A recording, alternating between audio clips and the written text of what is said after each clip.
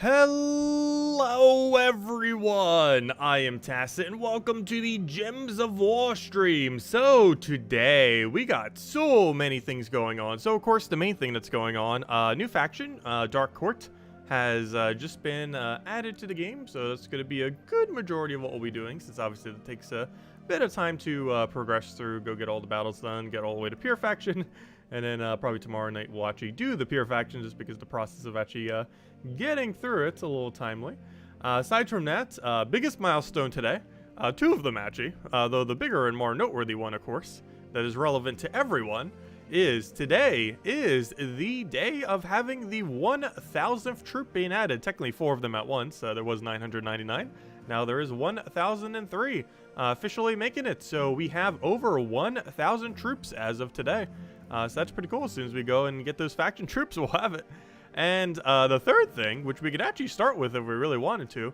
So the other day I was messing around and seeing how many more writs and everything we needed, or, you know, deeds in order to, mostly Imperials obviously, blocking us, to see how much we would need to get every single kingdom to 15. And we were 60 writs short. Guess what we got today? Actually, we got 2 things today. This one I personally got, which is a writ offer off of the offers, which is enough to go do it. However, even if that didn't happen, off of Adventure Board today, we also have an Imperial. So even if I didn't get lucky off of offers, we actually got lucky off of Adventure Board. Regardless, since I have done that, we now have enough to go upgrade every single kingdom. So if I go over to 15. So if I go to the Soul Forge real quick, grab ourselves a nice little scroll. That should be all we need. If I could find on where on Earth Imperials are located. There we are. Go craft ourselves one singular Imperial. Just talking about the faction there. We'll be going to you soon. But first, a permanent armor increase. And now, every single kingdom has been 15'd. There is not a single kingdom we don't have 15 on. Meaning, as soon as we go do the faction, which I believe we get an extra stat on this time around. No, we don't. Actually, yes, we do. We do get an extra attack. So once we go claim that one attack off the kingdom, we will officially have what is essentially max stats within the game. Now that we just upgraded that one kingdom and about to get that one attack for max faction renown.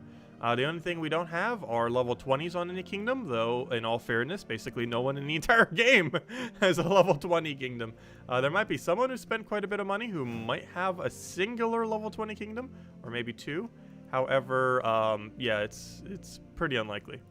Like, the amount of resources you need for it is so absurdly high. 30 deep books, like, there's the most we've gotten of any singular deep book so far is 6. So, and you need 50 of the actual scrolls in order to make a singular one. So that's a lot of colored scrolls you would have to be able to actually have a max kingdom, which I'm pretty sure is a total of 0 people. Though there might be someone out there who's gotten lucky enough and ended up getting like literally every single one that has ever existed through gems, through money, through everything. Very doubtful though. So since we have level 15 everything, and once we get the faction to just even 1,000, which shouldn't take that much, we will have max stats in the game. So that'll be pretty fun. Plus it's for a Guild War week, so works out kind of conveniently for that, since we'll have max stats for a Guild War week, as well as going forward for absolutely everything. So that's pretty cool. So how's our Guild War Defend doing? Also, gosh, we got a lot of things going on. We've got Guild War going on this week. They just threw everything out this week. That seems to be how some weeks go. Like, some weeks are like a little bit duller, and then other weeks are like this week, and it's like, oh, we'll just give you literally everything. With like a billion events going on at once. But yeah, did we ever get this done? We did, or by the time we do it tonight, we will. We're only like a few hundred off, or even single hundred. But anyways, where should we even start? We did that. I guess we should probably start by going and getting the troops, so we can go hit our 1,000th milestone, start getting some of the upgrades there, and go from there. But anyways, I need a quick water sip. Then I need to go say hellos. Happy Friday, everyone. Hope all of you have been doing wonderful. Almost the weekend. Very close. So for some time zones, it's probably already the weekend. Hello, Hung. Hello, Mr. Hello, Australian Donge. Hello, Mr. Thomas. Hello, Humberto. Hello, Mr. Hello, Tyrian. Hello, Eric. Hello, Stode. Hello, Gustavo. Hello, Analyst. Hello, Poing. Hello, Eric. Hello, Jim God Diaz. And hello, everyone else. Welcome, welcome, welcome. Okay, so let's go and start reading through the faction. Get over to the faction, start reading it out, clear it out, go from there. Of course, we get a +2 purple, +1 yellow banner, as it's a purple-yellow coloration. This is pretty good for the higher end. A little bit weird for the lower end. I might just run finesse or something. I'm not sure yet. However, for the for the lower end, I'll probably just run something like that. For the higher end, though, should be pretty straightforward. The really ultra meta Iron Gut Zugov team with a Thrall is actually usable here. So, yeah, it should just, like, kind of auto-die pretty easily. Also, we have an absurd amount of over 100,000 shards, so that's pretty funny. That was mostly because of Nomapalooza, of course. I said, hello, HD Joey! Welcome. So, as we were going to cross a dark river in the underworld, Avina approached me. Hey, Avina's coming out. Well, this does make sense. This place is associated to Golvania, so it would make sense that Avina would show up. She's the epic from Golvania. Up ahead! Do you see that? Horses. Horses, yes. But not just any horses. Oh. I believe it's Kelpie, a river horse. Let's follow it. Okay. There's a Kelpie. Grah. Let's see. Kelpie, you do drain some mana. It also has a weird chance of devouring that only goes up to 12? That seems pretty low. It's a rare with 12% chance to devour if they only have 6 mana. Also, I almost just used that team. That would have been a fail. I'll probably just use Phoenicia. I'm pretty sure Phoenicia can kill literally all of this very easily. I believe you could even use our Wayne team. They have pretty low stats, mostly because they make it really accessible to, obviously, if new players are around. So even if you just started, these are very easy battles that you could easily just wipe out without much of an issue in order to start getting the faction rolling, which is why these battles seem a little easy. The later faction ones obviously get way more difficult. But to actually unlock the faction, they are pretty cakewalk. Just to make sure it's accessible to all players. And then we have 4 Kelpies. Yeah, Kelpie has Submerge, which is a little annoying for what we're doing right now. However, as long as it doesn't randomly get full mana, it should be okay. What's it actually doing Submerge based on? Submerge myself when I take damage. Oh, I was going to say. Oh, yeah, we got to be careful of that then. It's kind of funny because the bleed is actually what's causing the issue there. Because the bleed counts as the damage. There were Kelpies. Kelpies. A fey horse that snatches travelers and drowns them. I see. There's more to it than that, though. Oh? Oh? Another oh. They are creatures of the Dark Court. I've been searching for it. Ah. Or aha. The Dark Court is home of Dark Fae. Dark Fae? Yes, one of the oldest courts of Fae. They are of interest to me. Why? For many decades, I have wondered about the origins of vampires. I see. Ahead, I see more of their minions. Perhaps they hold the knowledge I seek. Okay.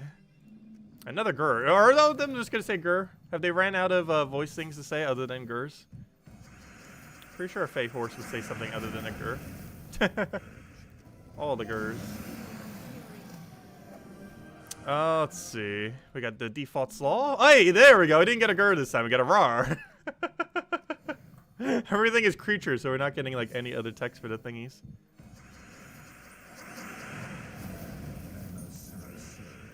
You need a team that converts instead of explode. Oh, because the submerge? Well, if you're using Iron Guts Zugov, you might not necessarily need it. Also, triple finesse also wouldn't really need it because it's just going to double tap anyways. Those hounds were the slaw, hunting dogs of the Dark Court. Okay. Let's see. That means the court must be close. I'm certain it holds answers. Why? As you've seen, these dark fae creatures drain magical power. Yes, indeed. They feed off it in much the same way as vampires feed off blood. I see. Those trees up ahead. I believe the Dark Court will be in that forest. Why is that? Being a mortal, perhaps. You do not sense it. I don't. There is a power there, a hunger, all too familiar to me. Sounds friendly. Perhaps their queen, Lean Sid. Oh gosh, that weird name again. No, Lean Siddle. We're gonna get this right now. Lean Siddle. Lean. I'm just gonna call her Lean. Will speak with us. Unlikely, I suspect. We shall go meet Lean. The queen demands you submit. Hey, not a Gurrar. It said something different. You hunger for sandwiches? I actually didn't eat anything yet today. Though I did have a sandwich last night before bed. A midnight sandwich. I was too lazy to make anything else, so I made a sandwich. On your knees, filth. Also, he's going to be the tank for the kingdom. It's basically just going to be him with 3 legends, most likely. It's very likely to be what Pure Faction will be. We were looking at it earlier. Oh, hello, Rogue! Oh, hello, Analyst. Welcome, welcome. I think Isabel's still sleeping. I was talking to her last night, and I'm pretty sure she's still sleeping at this point.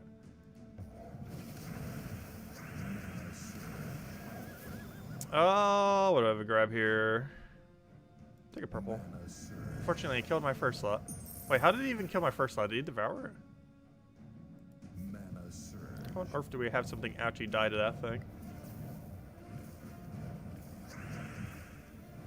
Can we please get a poke? Any poke? I'll even do that just so we can get a poke follow-up. Please let me poke? Can you please stop devouring my team? That'd be great. Is this thing actually just about to carry his entire team by just devouring spam? He has a 12% chance to devour at most. How are you even getting a single devour? Your devour rate is nearly 0. How is this going so badly? By not paying attention. Let's see. Oh, good. He did not devour that time. That actually would have been pretty devastating if he did right there. As you feared, old friend, the Dark Fae are hostile. No wonder. And hungry. Yes, they're devouring a lot. Hungry, yes. Now we are close to them. I feel a connection. You do? Yes, we are related. Perhaps they visited Kristara long ago. Perhaps. Perhaps Queen Aline will know more. We'll see. 12% for you, 69%, I know, right? Probably around 2/3. We are here at last, the Dark Courts. That's pretty much how much they've done it to us so far. Indeed. It's Dark Queen awaits. So does battle, I fear. I agree. But if we never confront her, we will never know. Just so. Even if she will not speak with us, there is much we may learn. Let's find out. Defeat Lean. You will be nothing but hunks. Or husks. Husks? Husks. It's early in the morning. I can't read. Bad time to be reading.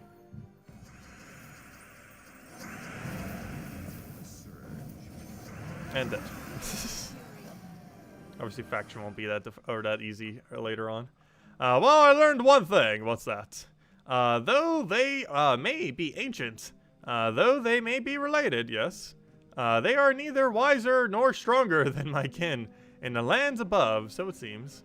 And perhaps eternal thirst is only a part of our curse. Perhaps. And there we go. Okay, so now we have access to the Dark Court. With that, we should probably go and start getting the troops, and then we'll go get the treasure, and then we'll go and start getting to the faction. So here are the 4 new troops. We got the Kelpie, which we kind of saw earlier. It has a little bit of mana drain, a really small 6 mana drain, though apparently a 100% chance to devour. It has a 2% chance to devour per mana drained, so basically up to 12%, which seems way higher than that. It deals some damage to an enemy as well if it happens to not kill. Also gets to submerge when it takes damage, which can be situationally convenient. Drains up to, though, overall pretty bad. This one drains up to 12 mana from an enemy. It's pretty similar to all the other 14 mana cost ones in the game that used to be 12 mana cost that ended up getting nerfed to 14 mana cost. But it drains up to 12 mana from an enemy, creates a bunch of yellow gems equal to the amount of mana drained. Overall, pretty useless, just like the other ones. This is basically going to be the tank for the faction. It is a 12 mana cost brown purple. It destroys a column, which means you do accumulate the mana for it. It then drains 4 mana from the first enemy for every purple gem destroyed, and then gains barrier. So if you end up destroying 3 purples, it will drain 12 mana from them and gain a barrier and gain you some mana accumulation. He does have 25% score reduction, which we're going to be used to tanking, and gets to inflict a death mark when doing a skull damage, which also helps quite a bit. Obviously, we will mostly be using Lean. 16 mana cost, it drains all mana from an enemy, and then deals 34 damage to them, and all enemies above. This is the first troop in the game to get something that hits every enemy from above.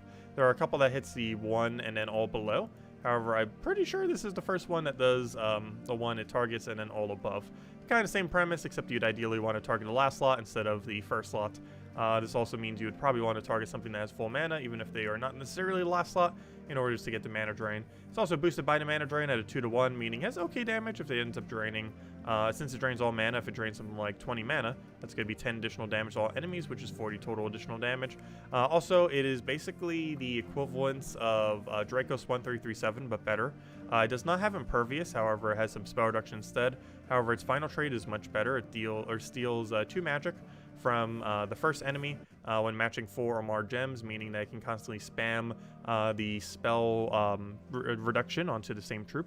One other thing that's pretty nice about it is it does specifically say steal, which means it actually gets to accumulate the magic, and given that it has potential to hit all enemies, that means every single time it does end up doing this, it is potentially gaining 8 damage, 2 to all enemies, and it's hitting 4 of them, ideally.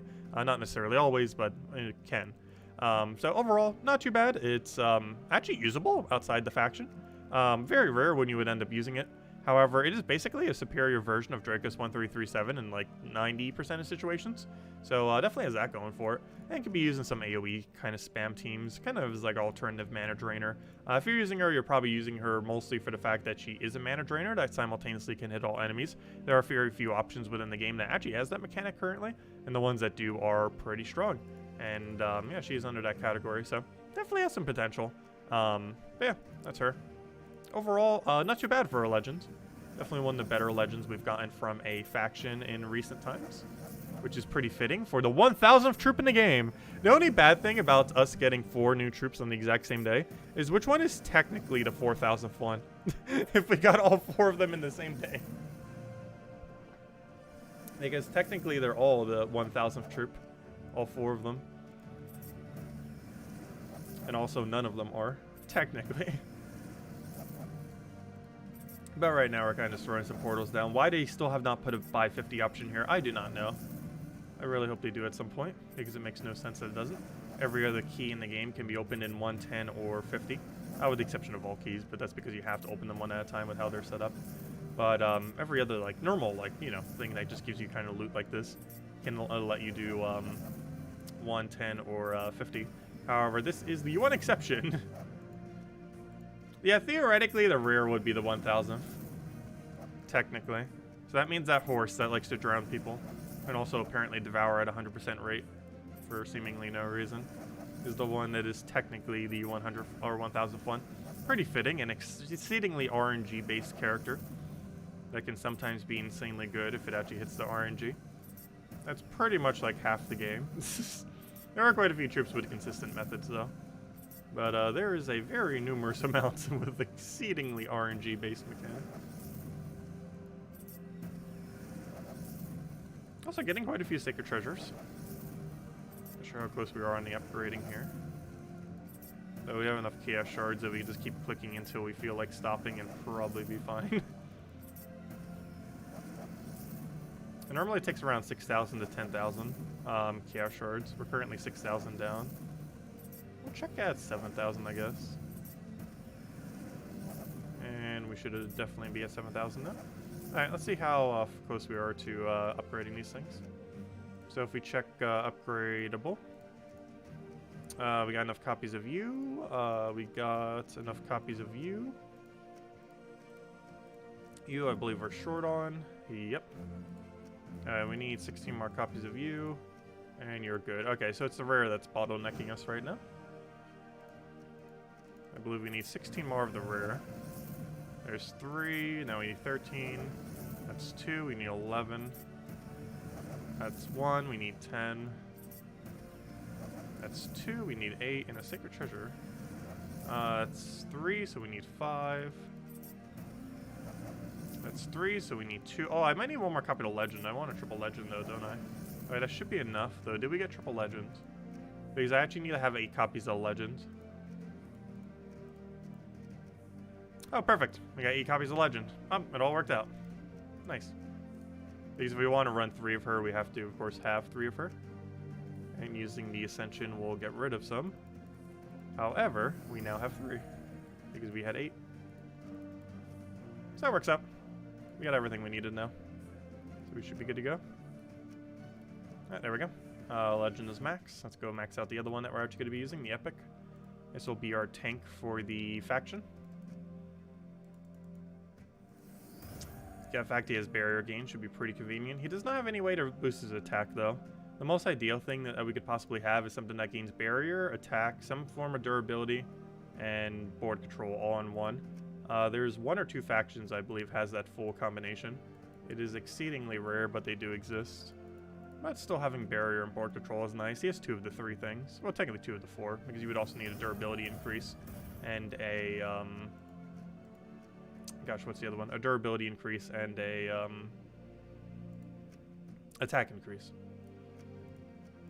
And we'll go upgrade the last guy. Also, of course, this ends up giving Golvania quite a few stars.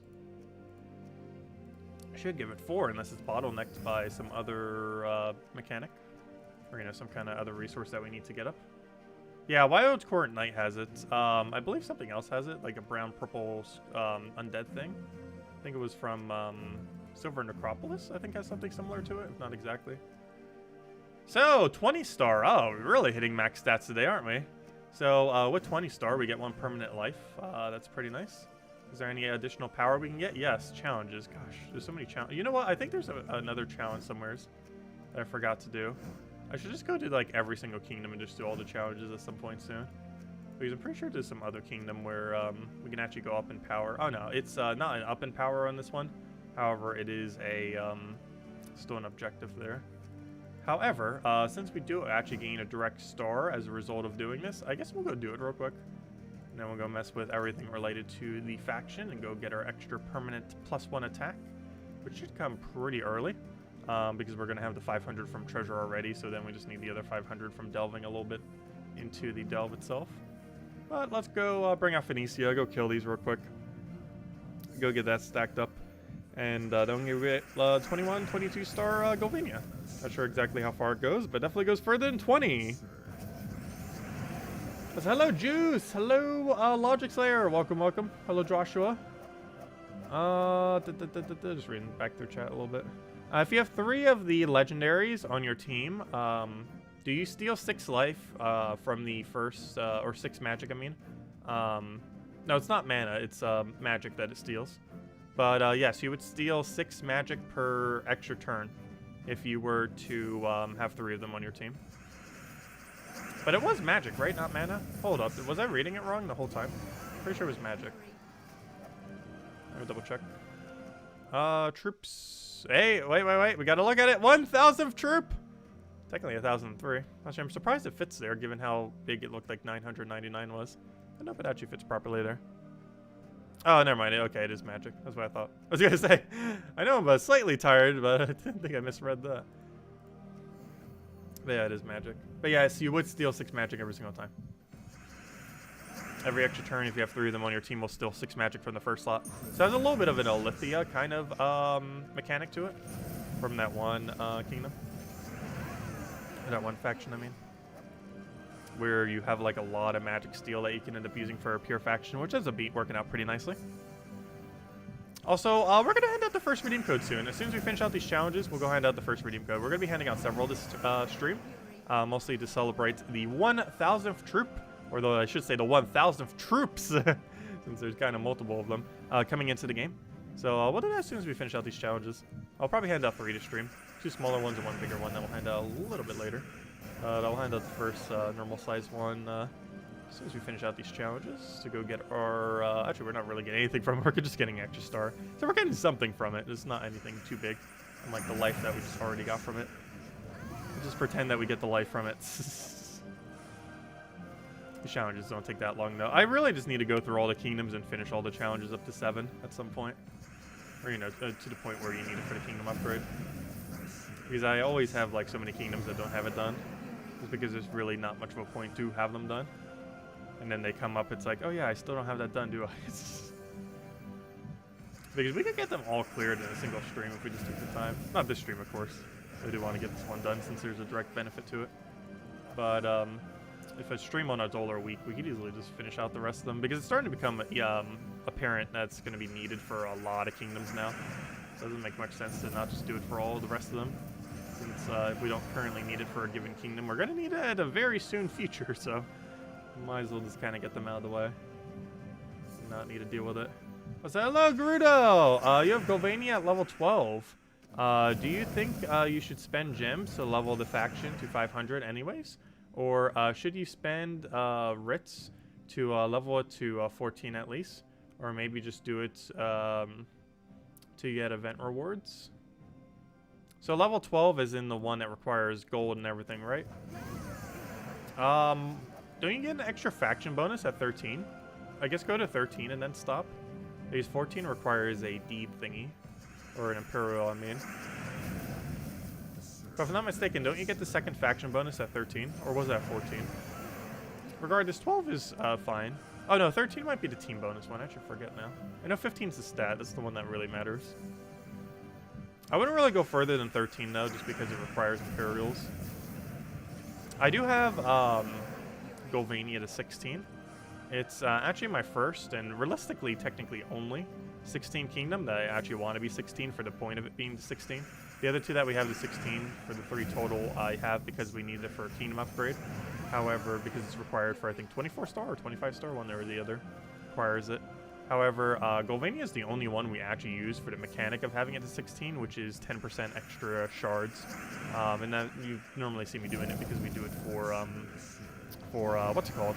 We do it for the Explore 12 team in order to get a bunch of extra chaos shards. The 10% definitely adds up a lot because you get 70 something every single time, which basically means you're getting an additional 7 shards every single time you do an Explore there, which is pretty convenient. But overall, it's not really worth going beyond 13 for most factions, for the most part, just because it starts requiring Imperials, therefore.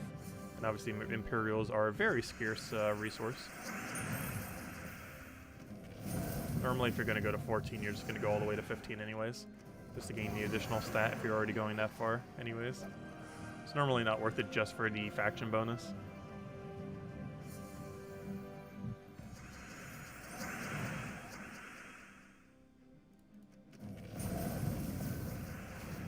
No, they're never going to do a worse effect than Lycanthropy.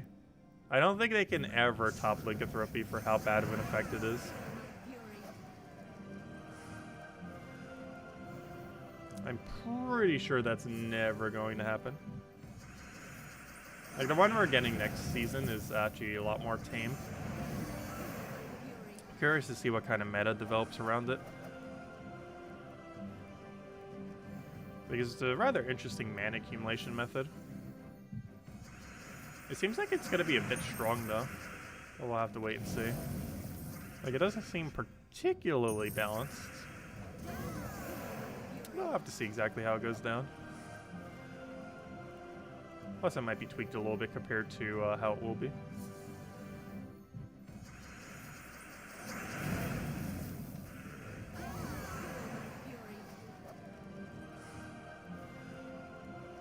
I think we have another set or two, and then we can go hand out a redeem code, and then we go head over to the faction. Start grinding that up. Just wanted to get the star out of the way. So I'm not even sure how many stars we're getting out of the way, though it might only be one. Okay, second to last set. Also the most valuable set. Oddly enough, the tier 5 set of objectives is more loot than every other objective combined, which is pretty hilarious. But just tier 5 alone with the 7 gem keys and 3 event keys is worth more than every other category combined as far as its overall value. Rogue, what was your question? Could you repost it? I don't see your question. Oh, there it is. Let's see. World Lore event is a few hundred points away. No, we're not going to be using our sigils this stream. The guild will have it done by the time we stream tonight. We normally do that during nightly streams, the world events and everything like that, as well as guild walls. This morning's for faction. I was like, hello, Matt! Welcome! Welcome, welcome. But no, we'll be saving it for tonight, since we're still going to be having our normal 8 p.m. Eastern Standard Time stream, as we always do, of course. The stream will probably be going for a couple hours, mostly messing with the new faction, as well as handing out several redeem codes as soon as we get cleared through this little area. Hand out the first one, and we'll mess with everything with the faction. And of course, before we even start with the faction, we do need to go upgrade the treasure hoard as well, which will be good because that will get us 500 of the points we need, the 1,000 we need in order to get that permanent 1 attack. If you currently have every faction max, we only need 1,000 points off this current faction to go and get the extra attack. So that's not really much at all, which is rather convenient. Good morning, that's also Al. Welcome, welcome, welcome. Everyone's been having a wonderful day so far. Faction team, Rowan ineligible. You can run triple finesse. Triple finesse into the Nimbus bow. Great early option. I might even be running it. I believe guards avatars, quick kill team, you do 2 yellow is accessible, so I'll probably personally be running that for the earlier battles. Running the guards avatar into Cirqua and Hadley into the what's her name? Into Harpy Mage, and doing that kind of team combo. And one other option, probably just hero up front with whatever, since you're allowed to use any colored hero weapon you want. But that's probably what I'll be rolling with personally. Actually, we could run a Thrall in first slot. Hold up. I'll probably run a Thrall there. I almost forgot we have access to purple, so we can run a Thrall first slot for the really heavy mana accumulation, plus have no mana conflict. Probably every team we're going to be using will be utilizing a Thrall. We do have access to purple, so of course that allows the very overpowered broken Thrall mana accumulation. It's even more broken in factions because you can actually get a full board clear of 64, which is pretty solid. And definitely something we'll be utilizing because of how much ridiculous mana gain is. You get 64 mana, unless there's skulls on the board. You get 1 less per skull, obviously. But, you know, you get to destroy the entire board, which is rather convenient. Especially for only 6 mana costs, meaning you're pretty much guaranteed to get all of his mana back. Because the chance that there isn't 6 purple on the board is very unlikely, even if there's a storm active. The chance that the board will recycle with at least 6 purple is exceedingly high. To the point that it's pretty much always going to happen, with very few exceptions. So if he needed even more mana than his single cast, he'd be able to do so, since he's pretty much just going to gain a 6 mana back anyways. Okay, 2 more. Plus he has the extra turn chance if there's a lot of red on the board. On top of all the great things he does, he has auto extra turn if there's 16 plus red on the board, which is not something you generally try to build around. However, there are some that do, like the Explore 12 team we do with Flamerefer and everything, kind of does, because if we get a Flamerefer cast off, he will normally have enough reds to do his extra turn. Not normally needed, but it is a nice little synergy if nothing else. It goes with the rest of it. And there we go, 21 star Galvania. Getting its little gold star. Unfortunately, nothing higher than that, but still nice. We did get our permanent 1 HP, and it gained a little bit extra tribute reward, which... Oh, wait, it can still go further. What is that? Hold up, never mind. We can reach 25 star. We got to go bronze, 2 of them. Let's go do that. Okay, let's see. Let's do it by rarity. Actually, I already know which one I want to upgrade. Let's go upgrade the bat. This is a rare, right? It is indeed a rare, just making sure. So let's go through 1 of you, 2 of you. So never mind, it does go higher than 21 star. Let's have another objective we have to do. There are 2 of these. Also said only bronze, however, that's not going to stop me from doing it all the way. Because why not? And if I'm not mistaken, we should have a common or 2 here that we haven't bothered upgrading yet. Because I'm pretty sure the brown common I haven't bothered doing just because it's really off meta. It used to be actually not horrible. However, since it's super cheap to go metal, we should probably go metal it. So we'll go throw common at it. Another common. They've reworked his ability a couple times. There was one point where his ability was really broken. But they changed it a bit since then. And in the current state of the game, he's pretty useless compared to a couple other brown commons and just other troops in general. But yeah, he deals damage to an enemy. He actually used to kind of be like Thrall, where he got to destroy a amount of gems based on his magic.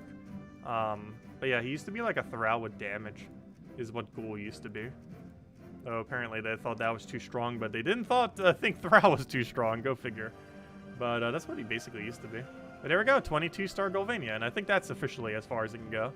So we got a little bit of tribute. Oh no, I lied, it can go further. Upgrade 3 pets to 20. No!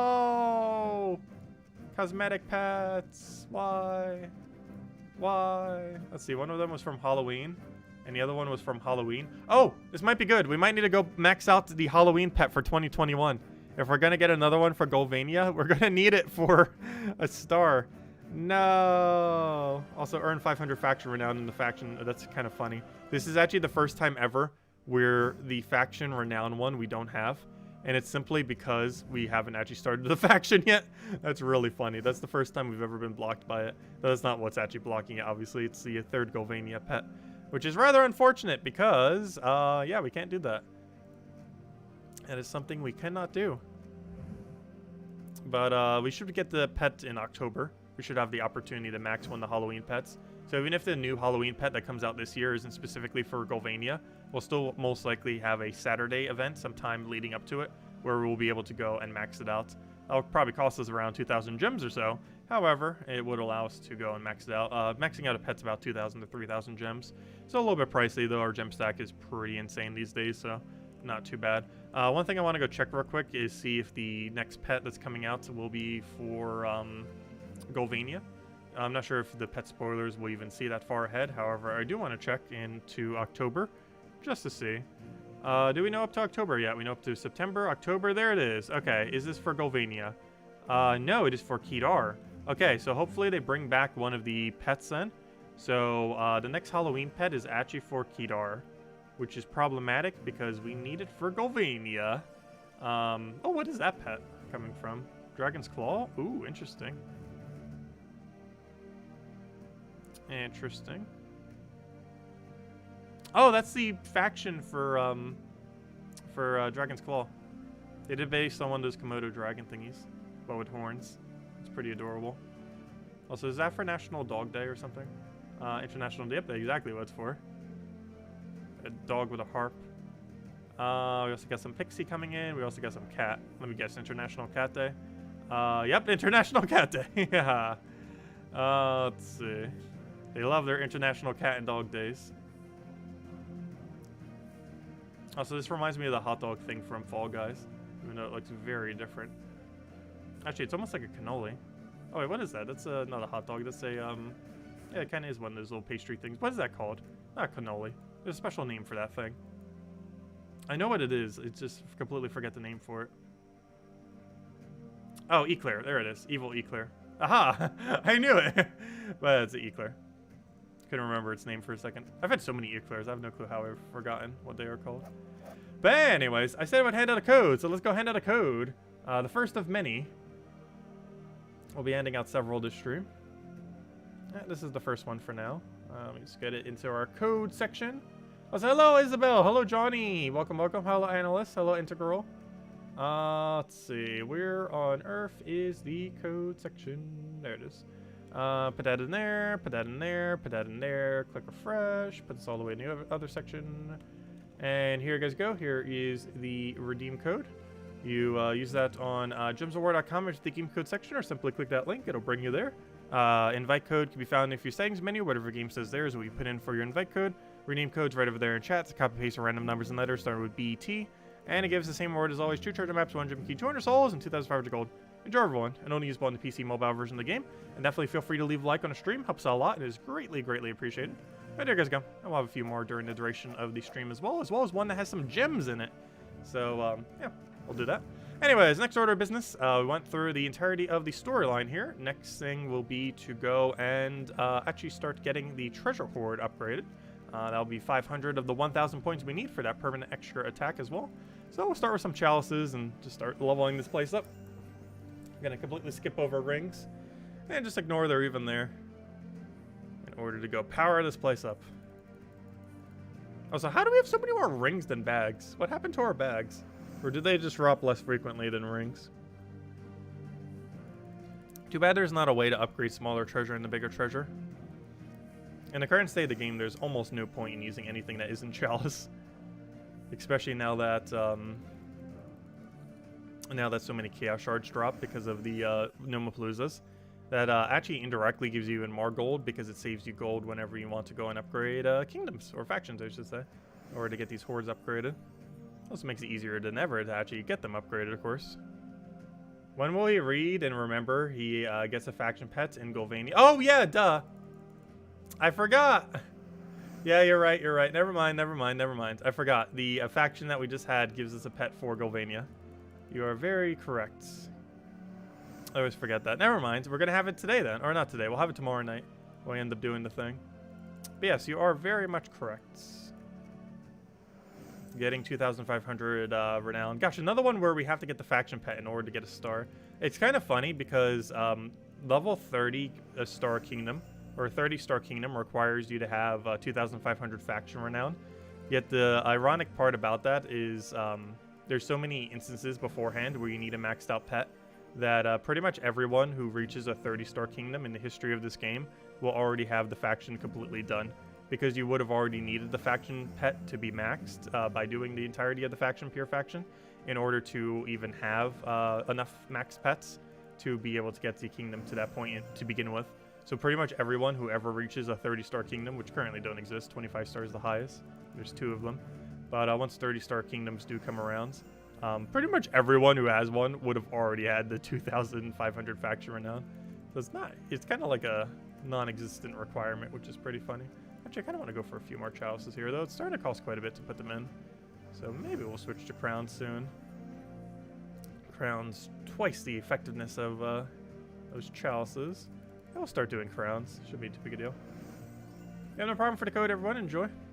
We'll have several more on this stream. At least 2 more. We'll see. We might do a few more. If we have a reason to do so. Well, once we get this up, we can start actually doing the faction itself. And then mess with a bunch of teams. Initially, we'll probably just do a guard's avatar team. I think I even have it set from the Monday video that we went over. Though we'll be using a slightly different variant that uses Thrall in first slot, something we couldn't do for the Tuesday event because it did not have access to purple.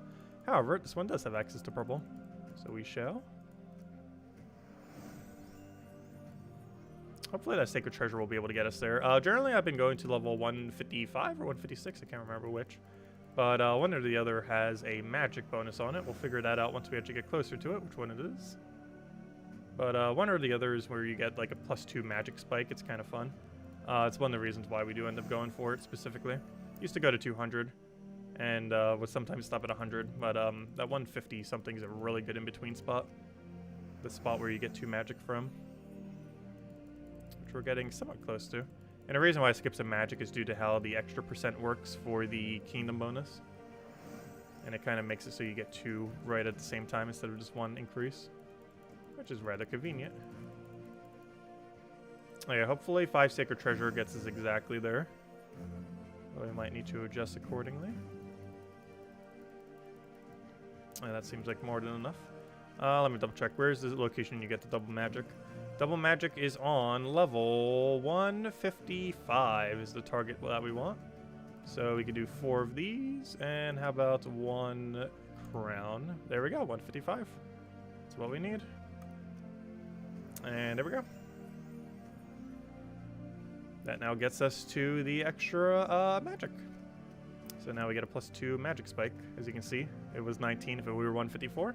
And then for going to 155, you get 2 additional magic, which is obviously the most useful stat to have. And you don't get the next magic again until 166. And even if we went all the way to 200, I think it's only like 3-4 magic higher. Let's see. If we were to go all the way to 200, it's 1, 2... Or sorry, went a little bit higher, it spiked. There's another double magic increase apparently. But actually a couple of them. But yeah, 199, we'd have 6 higher magic. But that would cost quite a bit more. Even if he threw 5 more Sacred Treasure, it wouldn't even get us there. Alright, let's go grab all this. I still have no clue why they don't condense all the mail into 1, but there we go. Get our useless little bit of rewards, but it's mostly just to make sure it doesn't clutter our mailbox there. So close, 500 more points and we'll get a permanent extra attack. So ridiculously close. Okay, let's start working on it then. So, let's go grab the team from Monday. Where is it? Where's my faction team? That's not my faction team. Oh no, did I overwrite it? Well, I know what the team is, so we can just build it. Okay, let's go and get this done. Go to games, go to the events, buy up the event. So we're going to buy... Oh, we also get a new weapon. I'm not sure what this weapon does. Drain all mana from an enemy. Oh, this isn't bad. Hold up. What is this weapon? Drain all mana. Deal some damage to 2 random enemies. Boosted by mana drained. Okay, what are the effects on this weapon? It might actually not be good. Not be bad. I almost said not be good. But let's go buy up our gems. So buying up through all of the objectives costs 1,110 gems up to that point. And then every single one that we do from here is an additional 200, of which we will do 5 times for 2,110 gems total spent. Actually, yeah, we're going to do 7 times. 1, 2, 3, 4, 5, 6, and 7. 5 is about how many times you'd want to do it for basically the lowest. Technically, you can get away with 4 if you wait all the way till Sunday. However, we will go for 7 just to make it so we can skip a little bit more. Saves a bit more time while still saving some gems compared to buying it 9 times or so. So we'll do that. I've also got some kind of dark rose set for some extra emoji thingies. And there we go. Okay, so there's one other thing I wanted to go check. Oh yeah, the weapon. So this weapon actually looks not horrible, surprisingly. Where'd it go? I'm gonna go upgrade this thing. Curious what its perks are. Okay, so here's the new weapon. It gets Create a Darkstone, steal 3 life from the first enemy, steal 2 mana from the first enemy, and gain 4 life. Interesting. It's not horrible. Purple Storm does feed into itself.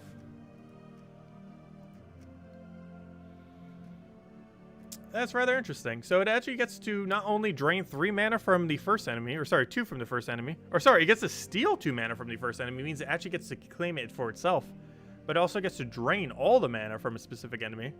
So that means you get to lower the first by 2 so they don't have full anymore, while also draining something else completely to 0, which that is pretty convenient overall. That weapon's actually not bad. The main thing that makes it so useful, like if this was on a normal troop, I'd probably think, it's kind of average. However, having this specifically on hero is rather decent, just because of the things that you can do with it, like use it on archmages, combined with Purple Storm, just to make it so it has like so much mana, and just keep draining like crazy. So, I don't know, it definitely has some potential. There aren't really too many mana drain weapons. Like if we go and to like, let's say drain. Let's just type in the word drain for this. Like there aren't too many things that actually have a mana drain kind of effect on them. Oh gosh, just bringing up so many other things that actually don't have the thing. Not sure what it would be the easiest way to kind of find it. Because even here, does this have mana drain? I think this one does. Deal damage to an enemy, drain their mana, and web them. If the enemy already is webbed, gain an extra turn. Oh yeah, I remember this old weapon. This weapon was actually used to be pretty meta as well. Not like super meta, but decent. Yeah, this has a really similar mechanic to the new weapon that we just got. So that's pretty cool. Though the other weapon can get its mana a little bit easier. Even though it's 2 mana higher at 14 mana cost, it uses 2 colors, so it's a little bit easier to fill than a single color. Also, purple in general is really easy to fill compared to any other color due to its synergy with archmages. But overall, not too bad of a weapon. We'll definitely need to look into it into the future, as it's actually viable. Anyways, let's go build up our team. Let's go check what team Analyst just mentioned. Is that the guard's avatar team I was gonna set up, or is it something else? We'll find out in a moment. Let's see, what team is this? It is Reflection of Good, Shabanu, and Double Cunning. Interesting. For the early battles, I will personally be going with the guard's avatar build. Something we've shown many times before. We'll be using it with a Thrall just because we can. So we'll throw in a Thrall. We'll throw in a Cirquet and Hadley. And I guess we throw in a Harpy Mage. We'll probably throw in Hero here too, especially if you need the EXP for Hero. However, we don't, so we'll just kind of throw a Harpy there. Actually, in case Thrall somehow has no purple on starting board. Just a little something for him. And I'll make our starting banner some purple-yellow. Hey, actually, kind of conveniently, we can actually use the new banner that just came into the game. How convenient is that? So normally, we would actually not be able to go purple-yellow with this team without minusing red. However, this new banner is already immediately useful for us. We're actually able to use it for this team right here. So how convenient is that? And the new banner is already getting used. Because if we wanted a +2 purple +1 yellow previously, we would have to have minused our red, which would have minused Guard's Avatar and Harpy Mage. However, now that we have a minus green version, we get to minus nothing, so that's pretty cool. So that's actually pretty convenient. It's, I didn't intend for that, but this team actually unintentionally uses the new banner. So that's kind of convenient. Get to show off the new banner. But it's always fun getting new banners. It doesn't seem like as much compared to some other things. However, depending on what the troops are for a faction, you actually sometimes use the banner way more than you end up using the faction. Any banner that ever gets +2 purple, pretty convenient just because, again, Archmages ends up making purple a pretty useful color for getting up. So having more double purple options, pretty nice.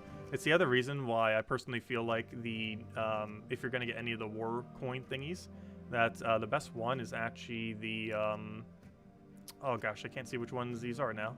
but I believe it's the Poison Fang one. It's the +2 purple one that you end up getting from it, but I'm pretty sure it was Poison Fang is one of the most useful ones. Is there any way to check just the banner ones? But yeah, Banner of Blood. Banner of Blood and Fanged Banner. These are the 2 best ones, and they're both available right now for war coins. I would say overall, Poison Fangs is probably better, which is a newer one that they added. However, both of these are pretty much the best 2 war coin related banners you can ever get. And the main reason for that is they're both a +2 purple, -1 yellow banner. The reason why this is so good is, well, +2 purple is just great.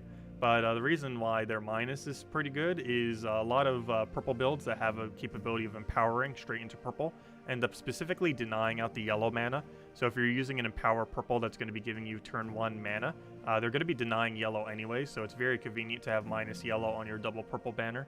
And both of these are minus yellow banner with double purple.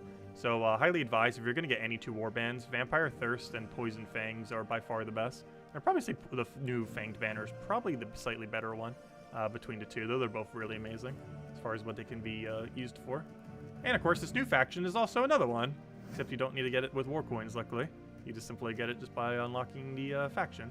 Anyways, let's go do this. Let me go set my armor. Oh, did I do the first battle? Yeah, I sure hope I did. Otherwise, I'm going to have to go reset that entire team I just set, which is going to be very bad. I hate that it doesn't just auto-remember it.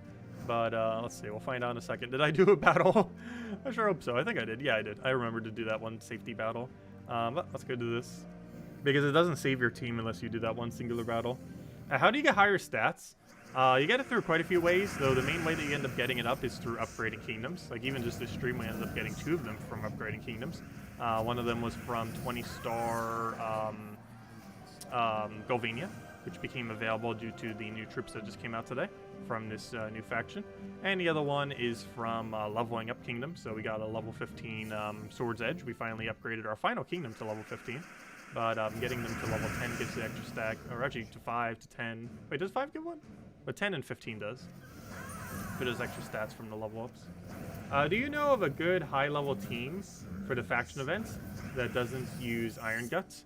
Triple Finesse. Aside from 0 Iron Guts, I'm not sure any of that goes super deep that would use it. Obviously, Finesse can, though it's not the greatest of things. There's a couple Skull Spam teams you can get around with. Keep in mind, you can use Mang, and Purple has access to a lot of different Skull Spams. So you can use Mang, Thrall, Skull Spammer as your team. You also have access to Divine Ball Quillen combo. You have access to Keeper of Souls. Purple has plenty of other Skull Spammers, too, that you might have laying around. So there's definitely plenty of other options. Like one of them is Mang, Thrall, Divine Ball Quillen, if you happen to have that. That uses no mythics and would allow you to skull spam with Mang for the win. You would definitely want to use a really tanky hero class, though, like Sentinel or Titan or something like that. But would end up working out pretty well. Hello, Sizzle! Welcome, and thank you. Yeah, it's always fun when we get a new faction. We weren't able to do the previous one because I was actually away during the previous one. Do keep in mind, I will be going away for a family trip for a week. I'm going to be leaving this Tuesday, and I won't be back until the following Friday. By the following Friday, I mean the week after next week's Friday. So it's going to be like a 9-day trip or so? 9, 10 days, somewhere around there. I've finally seen a bunch of family I haven't seen for, like, some of them 2 decades. It's been a very long time since I've seen a couple of people I'll be seeing. Very, very long time. Let's see. I'll take that over. Get our explosion. Oh, wait, did he just reorder my team? That's not nice. Luckily, our 2 mana generators are up front to tank. That was still a little bit awkward having it moved. What even moved us? Was there a dust level team or something? I sure hope this place doesn't have a tier 1. It's probably some kind of other mechanic that moved it. Oh, you know what moved it? I think it was the Cedric room. The Cedric might have gotten a cast on this. That's probably what it was. That was probably it. For the starting delves, you're using Dawnbringer, double Leprechaun into Guard's Avatar. Yeah, that would end up working out pretty well.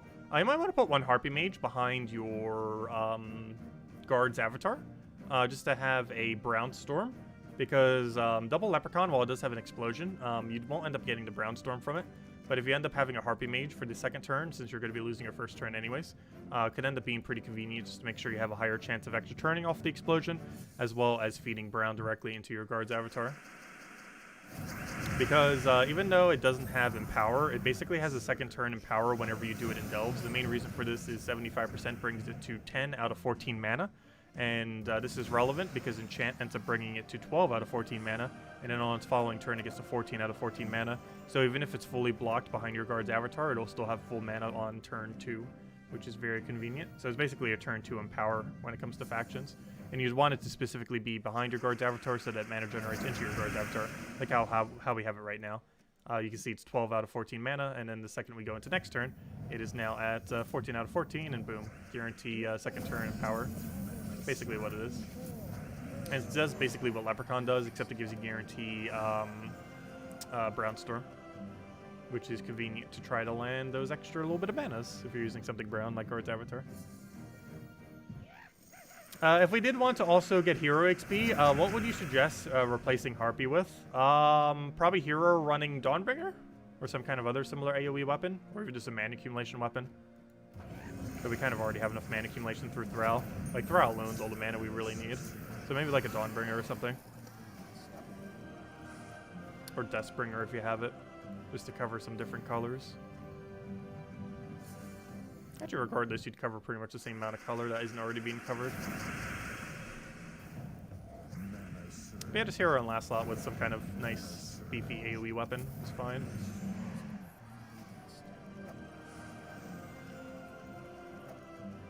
And you would be able to get hero XP. The factions do give 2 XP per battle, so you can end up getting quite a bit of hero XP by doing factions.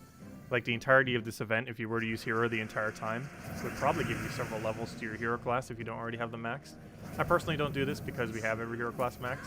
However, it's definitely something to be thinking about. I feel like that's something I should cover a video on again at some point, just because it's something I don't normally do in my streams anymore, and we haven't for like the last 2 years now. I believe it's been since we've had them all maxed.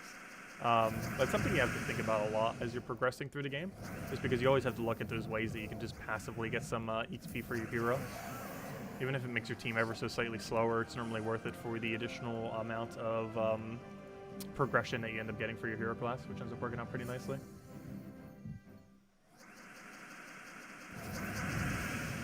That sounds like a good time. Somewhere with a beach. I already live on the beach, so I already have all the beach I need. But, no, it's not anywhere near a beach where we're going. Though I will need to live with without internet for an entire week. But I'll still have my phone. So I'll have a limited amount of data, so we'll see how that goes. I'm not even sure if I'll be able to get the Monday video out. Though I do have some plans to record some videos this Saturday and Sunday in order to get them out. In celebration of 1,000 troops, we will be going over literally every single troop in the entire game. And by literally all of them, I mean the current 1,003. It won't exactly go over the Monday one since they won't exist yet. But we're going to be doing it by rarity, going over all 1,000 troops in the game. Or I should say 1,003 since we got 4 at once. But yeah, we'll be doing that. The videos will start going out, I believe, on Tuesday. And I'll have them scheduled probably at 10 a.m. Eastern Standard Time every single day. And they'll roll out one by one. That won't cover the entire time I'm gone, but it'll cover a good majority of the time, so it should work out. I should be able to get them all recorded in one day, though it will take like 5 or 6 hours just to record them, if not longer. Just because of how much explanation it's going to take, because we're going to go over literally all 1,003 troops in the entire game, if they're viable, and just maybe some kind of tidbit about them. Obviously, it's going to be relatively short per troop because we're going over 1,003, and even if I spend 10 seconds each, we are talking a time of like 5 hours or 6 hours for 10 seconds each, so it's going to get really exceedingly long very quickly. So obviously we got to do a little bit of a quick time for each. So it might seem like we're speeding through them a bit, but it's mostly because if we didn't, the whole series would probably take like 12 hours. Which is a little long. It's also why we're dividing it up into 6 videos, 1 per rarity. Because the videos themselves are already going to be like an hour or 2 long each. So it makes it a little bit more manageable to watch. If nothing, you guys will have something to watch while we don't have the streams. They'll basically be as long as streams, if nothing else. Every single day when those roll out.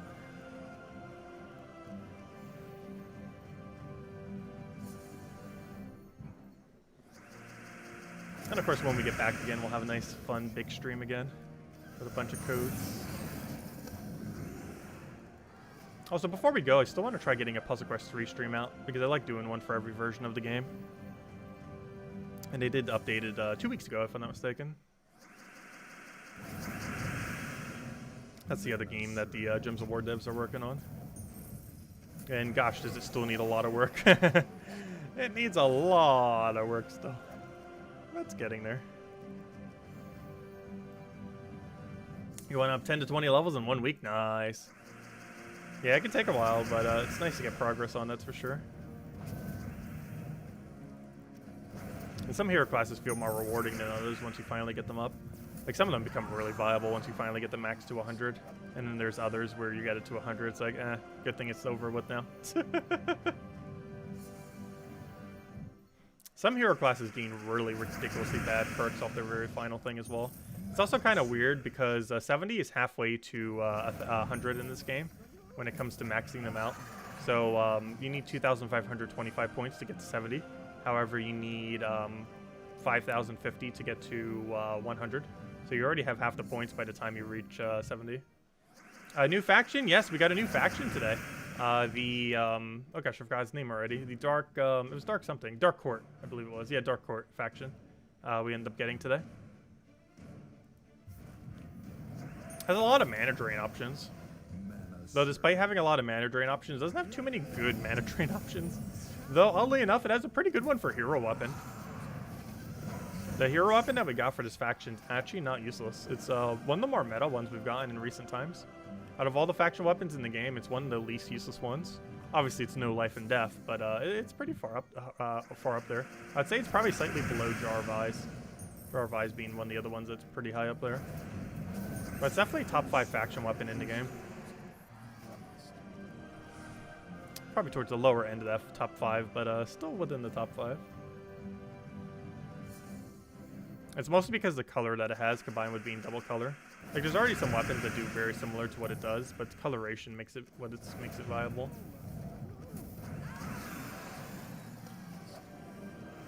I'll go check that team in a moment, see what it is.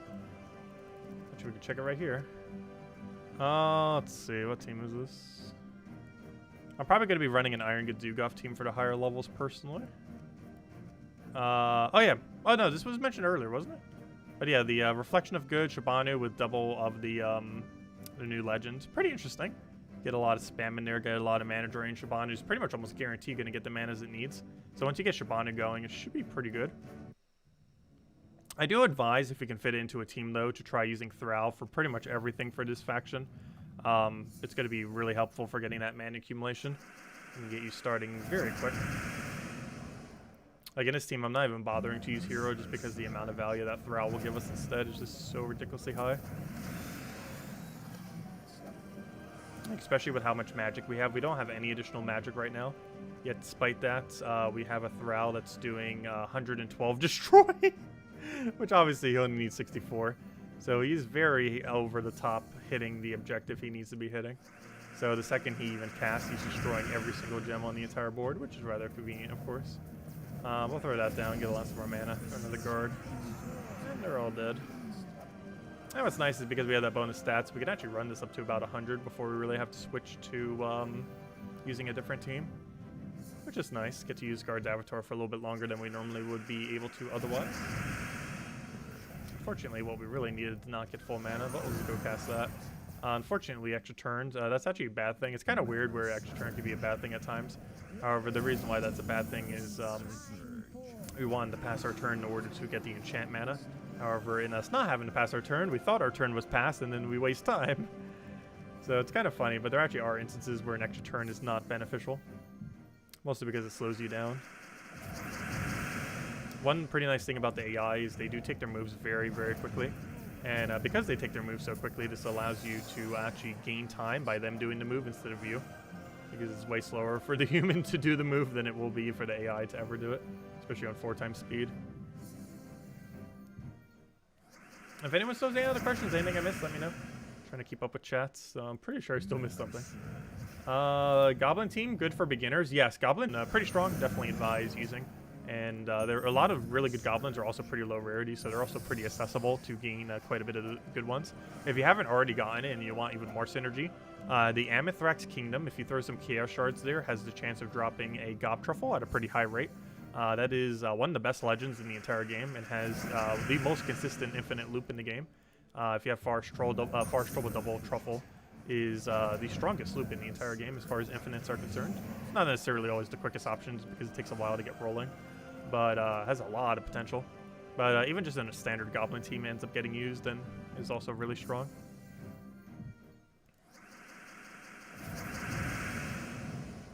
Thrall got lycanthroped. No, that's annoying. Luckily, if it happens to this team, we actually have 2 mana generators, so even if we lose one of the mana generators, it wouldn't matter too much. Biggest issue would be if we lose Guard's Avatar off this team. Though even then, we still have a damage option, just a way slower damage option compared to Guard's Avatar.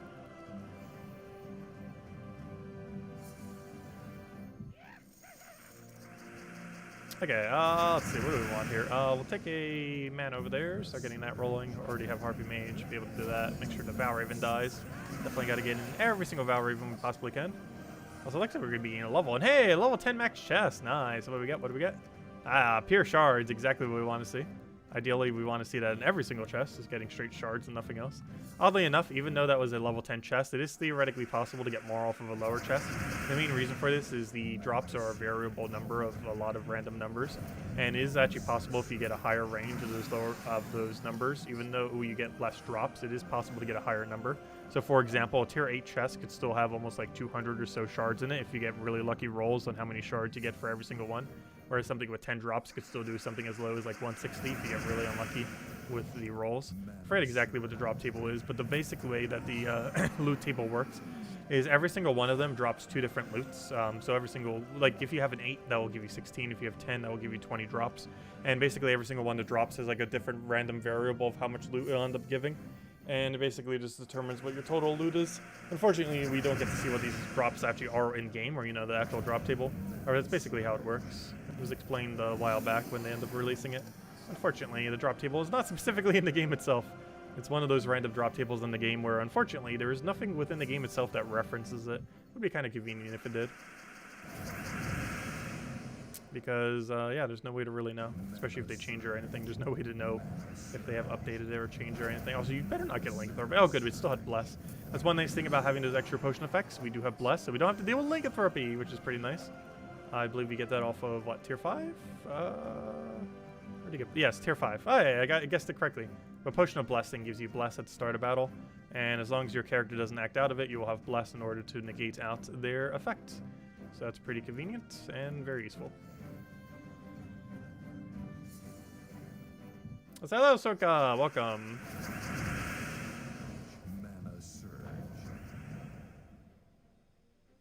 Let's see. Triple Orpheus? You're running Triple Orpheus? That's an interesting way to go about it. Don't personally feel like it would be a good way to do it, though. Also, please don't spam.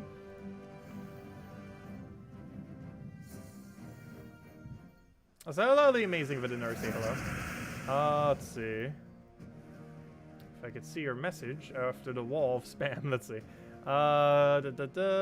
You have the legendary for the infinite loop. Nice. Oh yeah, that's probably what you're using then. Yeah, that's probably why you think goblins are so good. Using one of the best troops in the entire game. That would definitely make goblins seem very good. But the goblins are still pretty good. Goblins have been very weird. They normally go like extremely meta and then off meta, like constantly. Where one patch they'll be like exceedingly over the top, and then the next will be still good, but kind of just like slightly less because something else comes around. And it's kind of weird how goblins have developed, but they've always been really good, or, you know, towards the better side. They've never been horrible. Like every single goblin's just insane what they do, just because they all have guarantee extra turn, which in itself is already a good mechanic to have. What are the medals I'm currently running? I'm running pure armor. We're running Guard's medals to go with Guard's avatar, which is rather convenient. But yeah, we're literally just running Guards on Guard. It's the best value for him, which it kind of makes sense given that the token is quite literally named after him.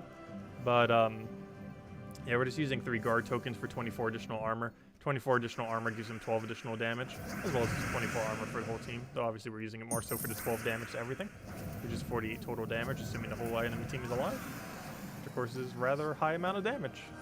The deeper we go into delves, that of course becomes increasingly less amount of damage. However, this team is meant specifically for the earlier battles.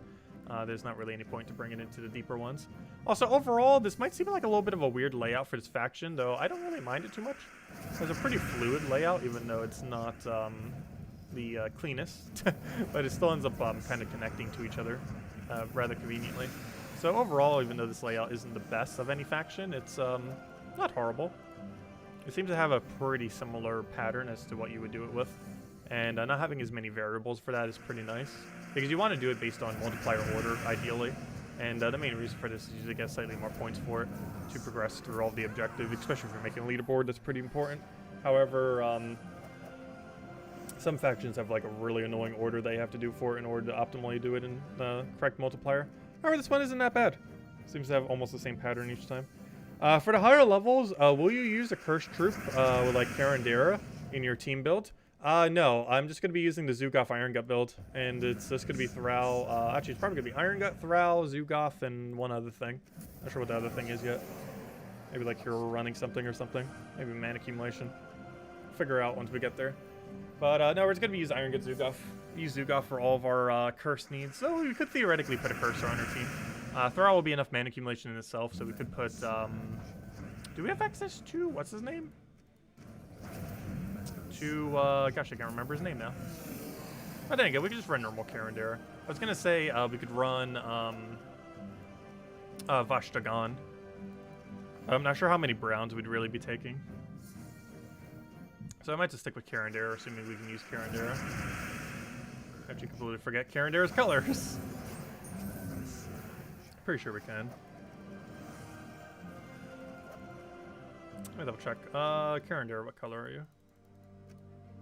Oh, we might just run hero. I'm pretty sure we're not even gonna need a curse or anything like that. Yeah, it has purple in it. It'll be fine. We have access to purple and yellow, so that is indeed one of those two colors. Oh, that's not what I wanted. Back to the faction. And we could probably get away with running Guard's Avatar for a few more floors. And then we'll probably switch into the very beefy Zugoff team and just wipe out everything with that. It's likely going to be the game plan.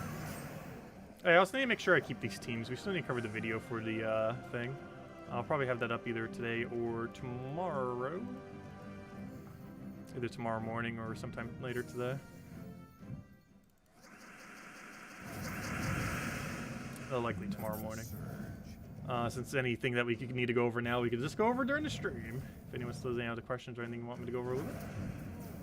Yeah, there's quite a few decent builds. Like, the cheapest you can run through this faction is Triple Finesse. You have access to running Skull Spam into Mang, so you can run Mang into, like, Divine Spell Aquilin or any of the purple Skull Spammers, like Keeper of Souls or anything like that.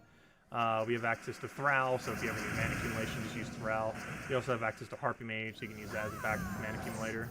For earlier battles, you basically have the Rowan team, except the Guard's Avatar version of it. And aside from that, the very strong Iron Gut Zugoff team is usable. You just use the Thrall for mana accumulation, and one other option, whatever you want to use, and it's pretty much good to go. You use Hero there if you need XP, or otherwise you can use something like a Curse there, like Karandera. And, yeah, has access to quite a few decent things.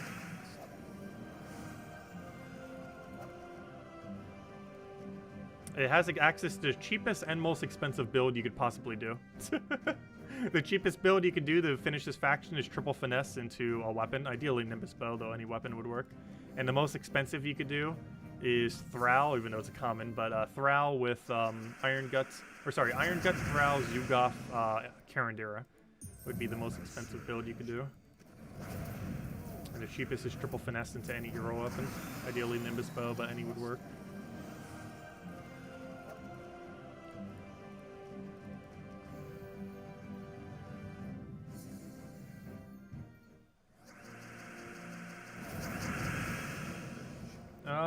Let's see. Yes, multiplier order affects how many points you get per room. It does not affect the final result of the area. It only affects the amount of points that you get as you're progressing, as well as the amount of loot that you're getting per every single one of the rooms. This is easiest to tell if you just simply look at the amount of points that the room is giving. So, for example, that might be a little bit harder depending on what our multiplier is right now.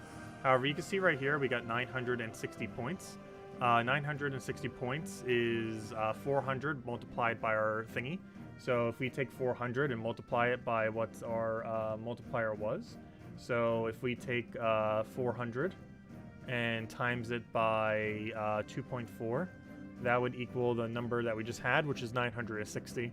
So as you can see, our multiplier just applied to whatever the score room is and just gave us the total amount of points, which is why you want to take the higher multipliers first. So for example, this one will give us a 1.2 oh, actually this one's 1.3, so we actually have a higher one here. But this room is a 400, but it'll end up giving us gosh, I'm not sure what the math is on that, but you know, it'll give us more if we do this first and then go into the other rooms, because every single one of these is 400, 400, 400. They're all 400 except for the very last room, and it keeps going up as we go deeper. So you want to get the bigger multipliers in first because it increases the overall amount of points and loot that you get by about 10%. Though it's mostly the points that you see the bigger difference in, so it also slightly affects your loot as well. It has no effect on the final chest, so if you're only looking at the final chest, that might be why it seems like it's not doing anything different, because it isn't doing anything different. But if you're looking at the points that you're getting as you're progressing, as well as the loot that you're getting as you're progressing, it's about a 10% increase to do correct multiplier order than not doing correct multiplier order, which isn't a too huge a difference, but adds up if you're getting 10% more every single floor. It's not too big a deal, but it helps. But you want to do all the bigger multipliers first. Makes about 10% difference. For some kingdoms it's more, for others it's less, but on average it's about 10% difference doing multiplier order.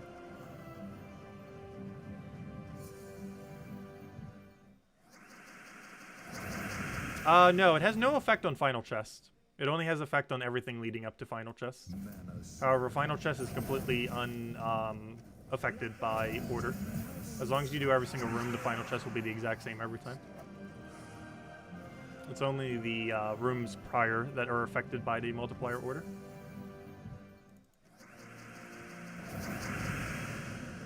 Because the final chest will be the same as long as you do every room, regardless of order. But you get about a 10% increase if you do multiplier order prior to then, as far as your points and loot that you get.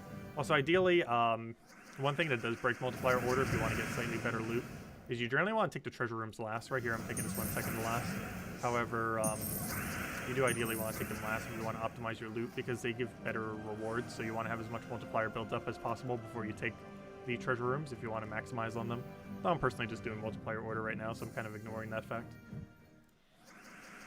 So where did my mouse just go? Hello? Mouse, would you like to work? Did this disconnect? I'm not sure why it's been doing that lately. Would you like to reconnect, mouse? Hello? Hello. Okay, fine. We'll play without a mouse real quick. Until it wants to rework again. Mouse? Hello? Reconnect, please? Please? Please? Hello? Mouse? Mouse! Reconnect! There it goes. Okay. I'm not sure what was up with my mouse there, but didn't want to work for a moment there. Okay, now it's working.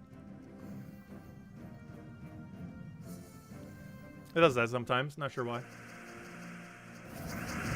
It's only the mouse too. I'm looking at my mic and it's like, nope, it's still working. Because they're all in the same USB hub. But for whatever reason, it's the mouse that's like, ah, nope, it doesn't want to function. Not sure why. I really need to get a new mouse. The spinning wheel doesn't work on it either. It's breaking apart.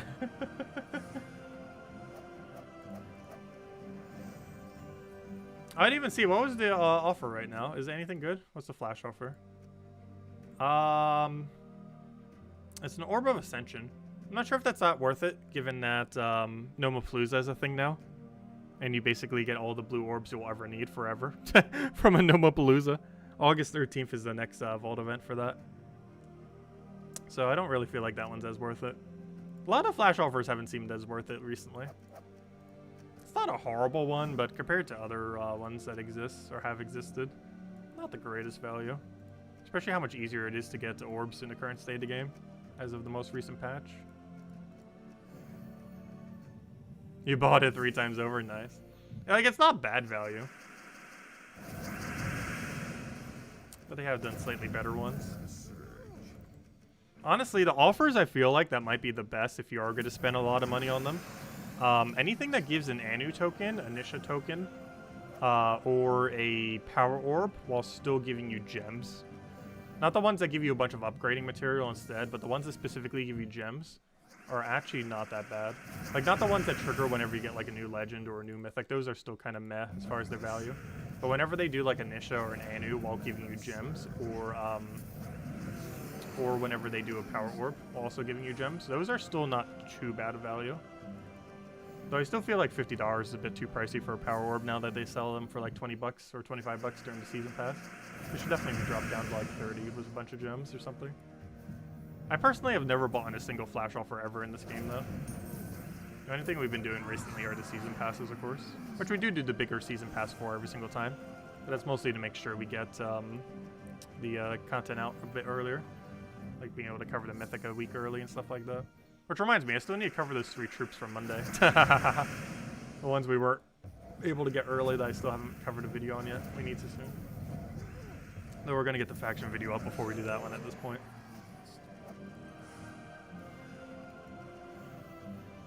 What troop do you think is the best to craft in the game with diamonds in Soulforge?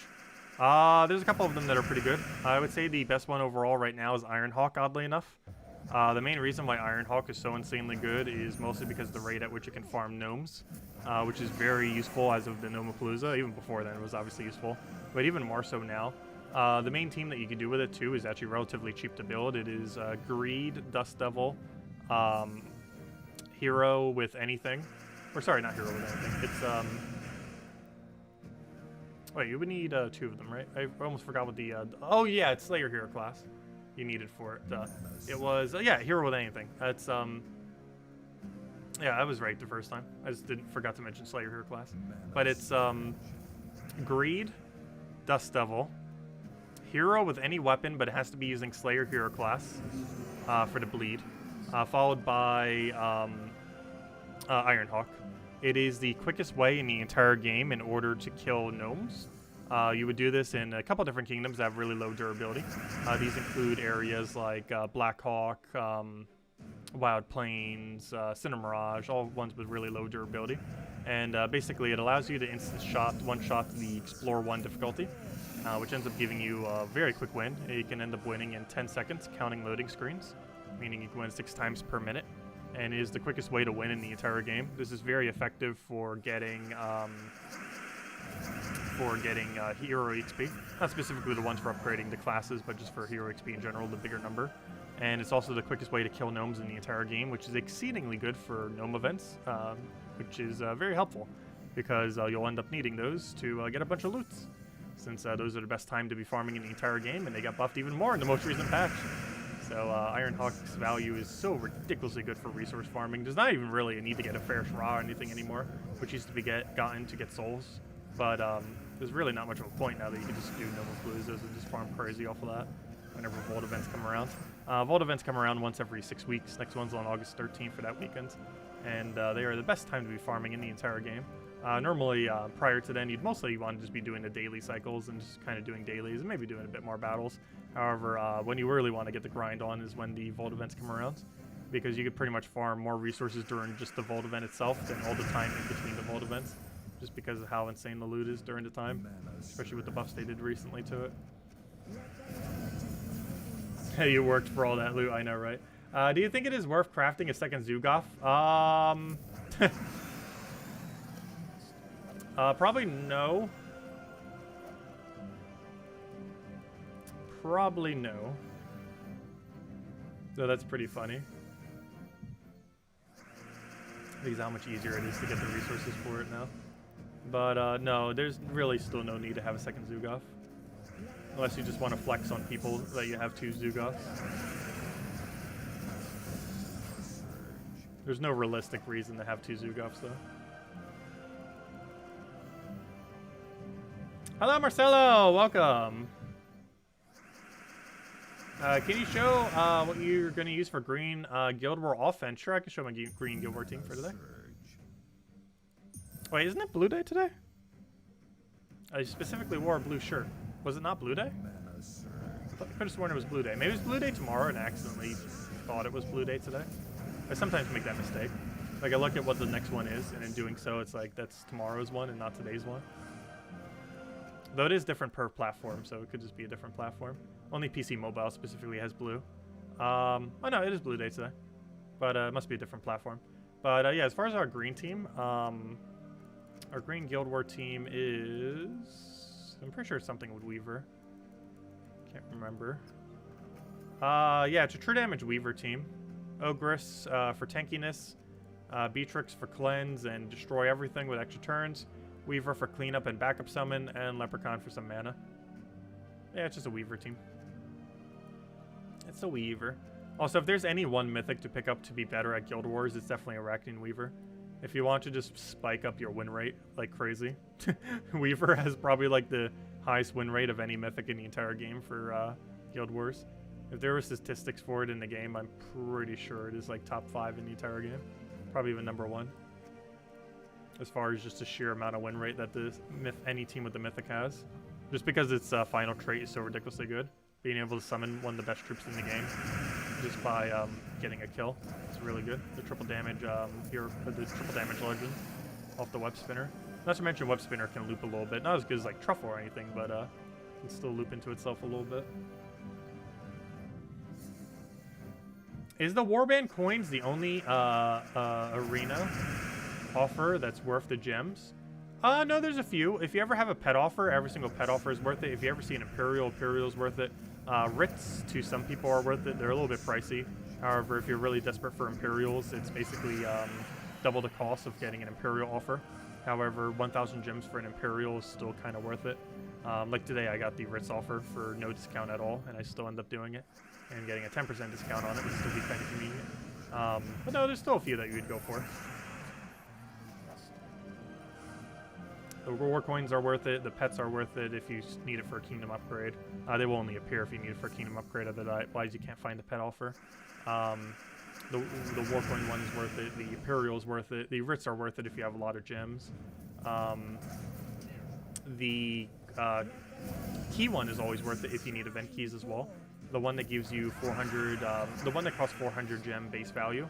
That gives you like 20 gem keys, 20 event keys, 20 glory keys.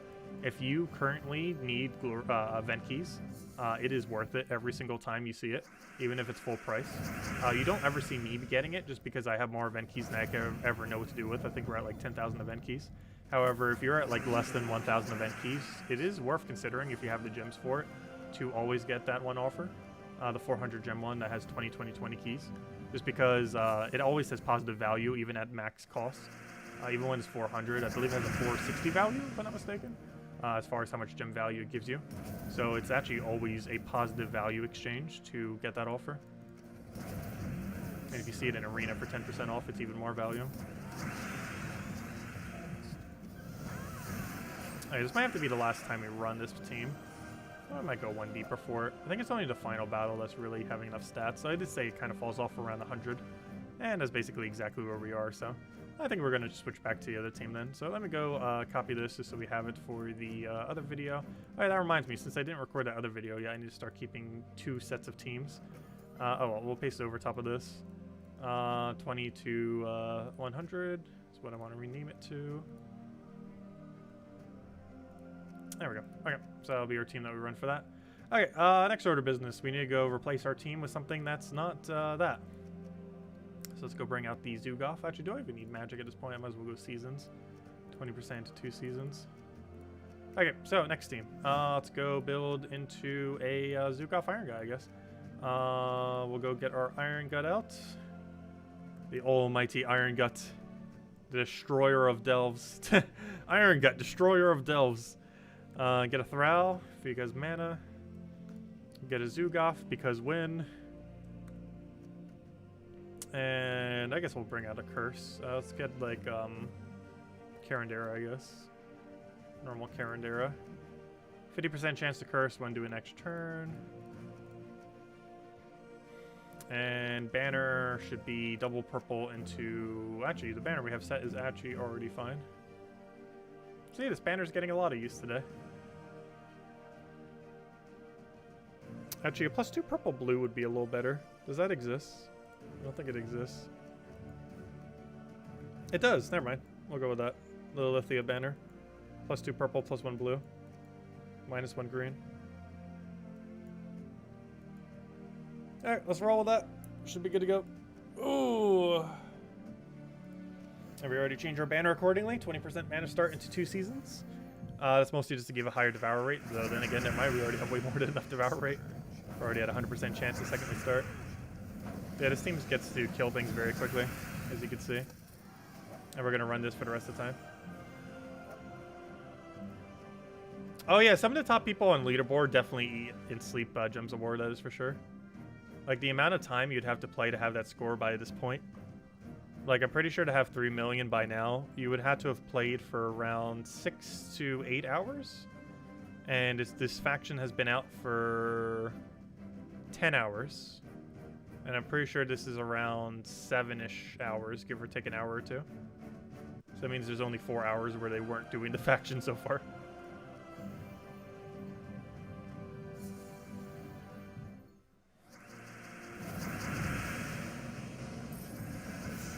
What's team? Oh, what? When did I switch to this team? We switched at 100. Generally, that's around the time that you tend to switch out of these things. It's around the 100 area. That's when a lot of like the really quick kill teams start falling off completely. When you have less stats, it's closer to like 70 or so when they start falling off. But with the extra stats that you get for buying tier 7 multiple times, it normally falls off at around 100. Which is why we normally have a separate team for around 20 to 100. Because that's when teams start to generally fall off, like Rowan quick kill or Guard's Avatar quick kill or literally any quick kill. Because that's when they start not having enough damage to quick kill anymore, generally speaking. Some of them go a little bit deeper. But normally they fall off around 100. Where they get to the point where using a different team would be quicker. And they no longer quick kill efficiently anymore.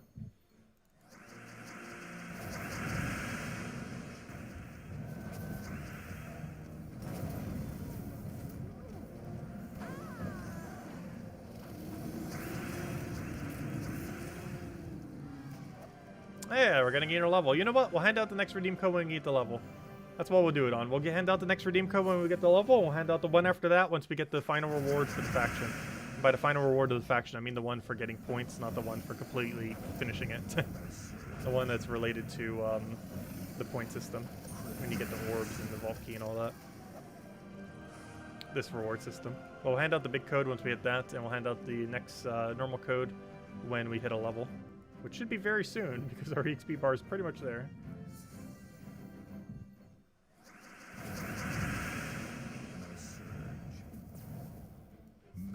Pretty much. We need to open all of our purple. No, we're never going to open all of our purple. They are precious. You know how much seals we would have? We did the math the other day. We'd have almost 500,000 seals. We have so many seals between purple and how many we have. We have 2.5 years worth of mythics and seals currently. If you count every purple orb we have as well as sphere seals, it is 2.5 years worth of seals. It's pretty insane. Like we could not play for 2.5 years, and during that duration we could just have enough to get every mythic that has ever existed within that time. We also have enough diamonds to do the same. We have 2.5 years worth of diamonds currently. Which I think is a little bit closer to 2 years. It's slightly over 2 years, but still it's a lot of diamonds. So that means we can basically cover 4 years worth of mythics without playing the game a single day. Unless they do something that would drastically increase the mythic rate within the next 4 years. But based on current rates, even if we got 0 resources in the next 4 years, we'd have enough to get every mythic that would ever exist for the next 4 years without playing at all. If we truly want to. Oh, we'll be playing the whole time though, of course. But our resource piles are starting to get pretty ridiculous. Because there's no proper like end game sync for a lot of stuff. Like for example, there's nothing to spend diamonds on once you own everything in the game. And obviously, getting to the point of owning everything in the game takes a while. However, once you get to that point, the only things you use diamonds on are a lot of things. You use it for every mythic, you use it for every legend, you use it for every weapon. However, once you have all those things, there's not really anything to use it into. You can sink it into souls, however, it is exceedingly bad value, like exceedingly bad value to end up doing that. Like, I'd rather have useless diamonds than convert them into souls. Yeah, Apocalyptic as its own kingdom would be cool. They were originally going to think about adding it to Sinner Mirage and then kind of didn't.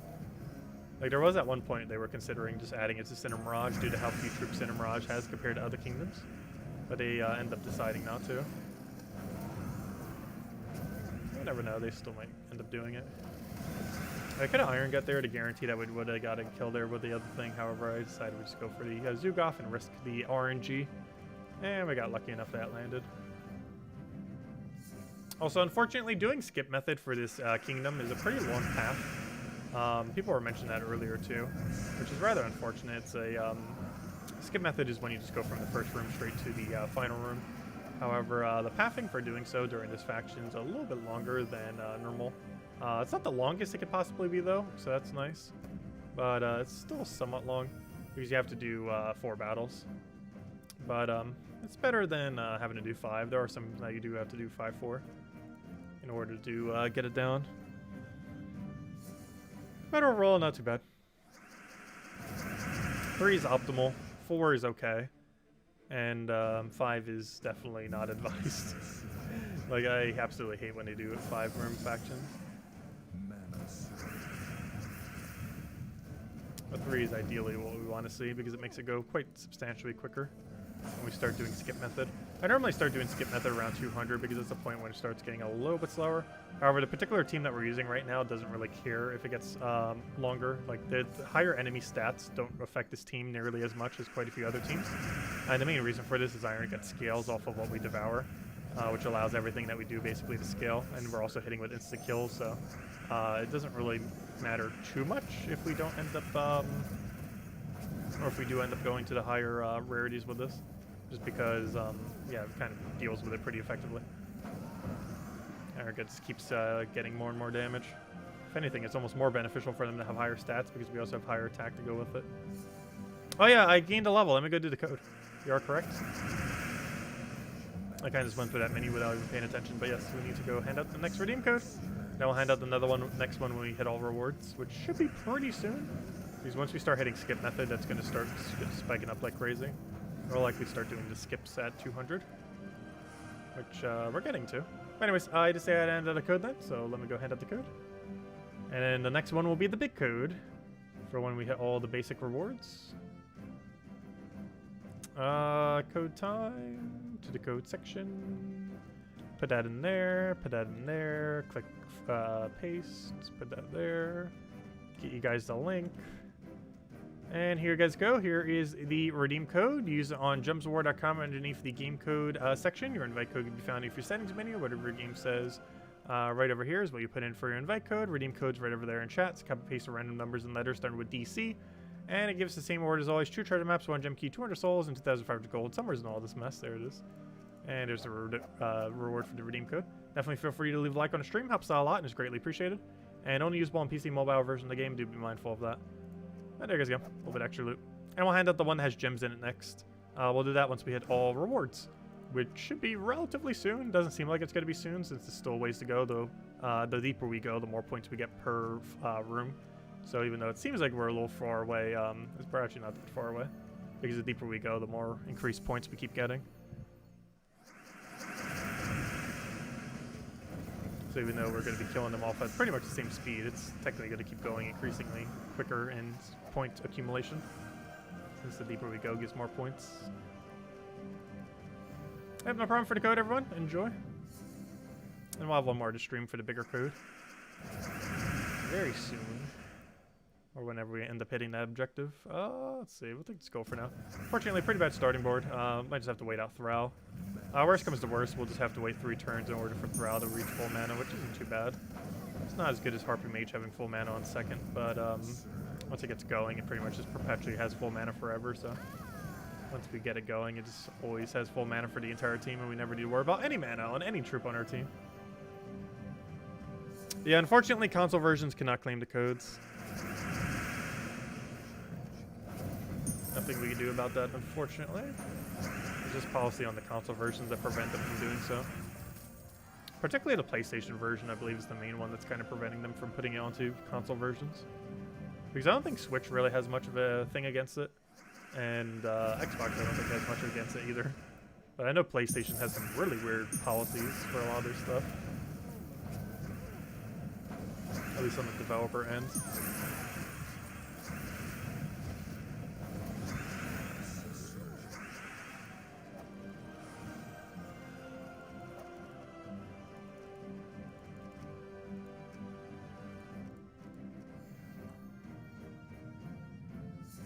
Also, we almost hit 50 likes. Thank you, everyone. Most likes we've gotten for a while on a live stream. Though the faction live streams do tend to be some of our bigger ones. Plus, we hit 1,000 troops as of today. Great milestone for the game. And we're going to be having a little bit of a video series going up next week, going over that. I'll be recording it this weekend, and it will go up while I'm gone. Which will work out perfectly, as it will give us something to post while we're gone. Won't cover the whole duration, but it'll cover a good majority of it.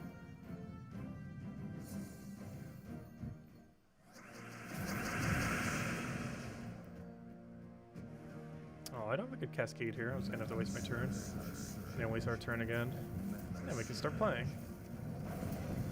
Hello, Wild as Ship. Welcome. Any idea if those codes will become available at any point for everyone, regardless of their platform? No. There's some kind of policy thing on consoles that's kind of preventing them from doing so. So there's a good chance it's just forever going to remain a PC mobile related thing that consoles will never get.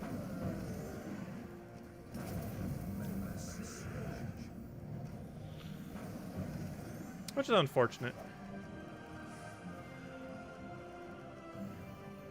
But I don't think there's much they can do. They've tried a couple times. I'm pretty sure recently it hasn't been too high of a priority to really try again.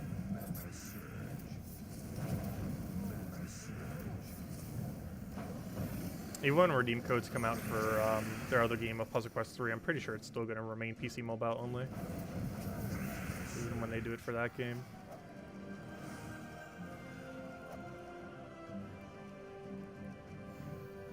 What's a good use for Monk? Looking at remaining classes to level, and what would be a good one?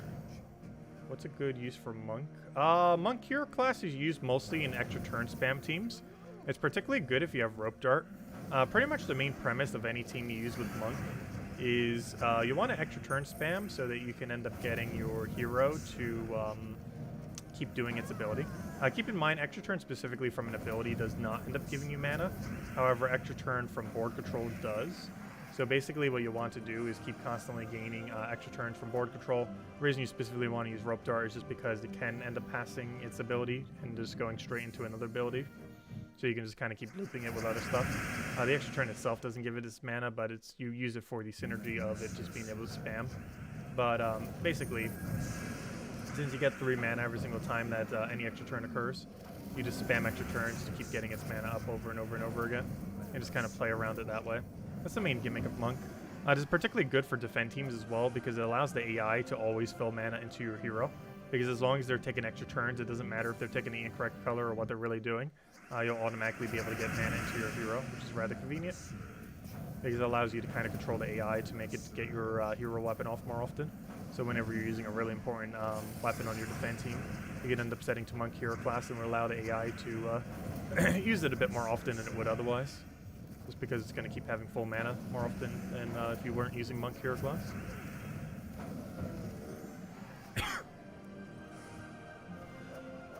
It's pretty strong with those books as well. The main issue with it doesn't have stealthy, which can be a little problematic. Though it does gain barrier on Brown, which of course is very useful. What's the best team for PvP for low-rated players sitting at below level 1000? Probably just Quick Kill Rowan. Rowan with Urskia's Shield if you don't have it already. Rowan you get for free from completing out Forest of Thorns. Urskia's Shield you get for free for completing out Urskia Kingdom and then get 250 wins on the Sentinel Hero class. Sentinel Hero class also a really tanky hero class, which is good to use. However, get 250 wins while using the hero class and you'll get a free Urskia Shield. And you would use that Urskia Shield in order to buff up your Rowan. And then Rowan gets to do a lot of damage. It should basically be able to handle a good majority of teams that you come across as you're progressing through the game. One nice thing about Urskia Shield is it does scale based on the enemy stats, so even if you're taking a 3-trophy battle against an enemy that has way higher stats than you in PvP, you'll be able to scale off of their stats in order to get a big Rowan cast off. And pretty much every component of the team can be obtained for free. The only thing that will be a little bit harder to get, though you probably have it laying around, is Leprechaun. Leprechaun's a random ultra rare you get from Glory Key and Gem Key drop table. There's currently no way within the game to really target it directly, unless you happen to be in a bright forest event week where you can actually end up event keying for it. However, that's not currently possible because it's nuts. You basically just have to randomly open Glory Keys or Gem Keys until you get one. If you don't already have one laying around. Aside from that, it's a pretty straightforward team. Urskia Shield, Rowan, Leprechaun, and it's pretty much the whole team. You just double up on Leprechaun. One thing that you can do instead of double Leprechaun, though, is go with a Thrall. And if you don't want to do that, you can also go with a Thrall is that one common from Darkstone. But the other one that you can end up doing is, gosh, I can't remember the thing. Mirage Queen. Mirage Queen will cost you some Chaos Shards. You get it from the Second Fleet faction in the Underworld.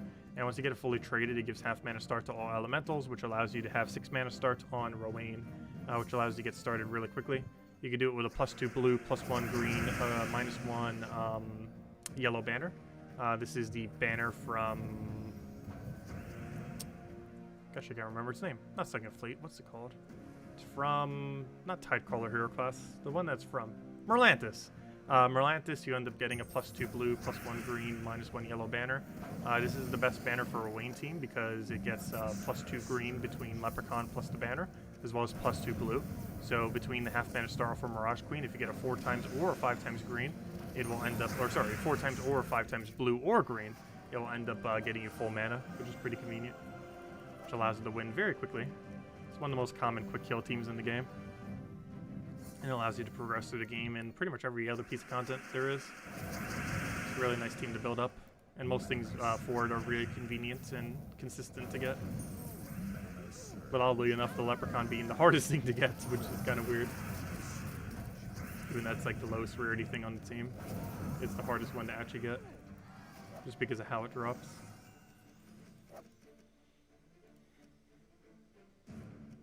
Catch you soon, Rogue. We'll probably still be streaming. Probably still going to be going for at least another hour or so.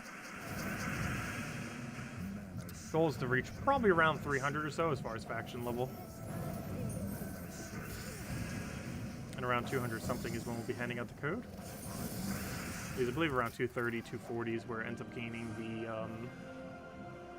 the actually, that's kind of funny because time-wise is also going to be around that time. But around 230 or 240 for the Delve level is about when you would normally have enough to unlock all rewards. Which is kind of hilarious because in my time it'll also be around 2:30 or 2:40 p.m. when we hit 2:30 or 2:40 Delve. Which is rather coincidental.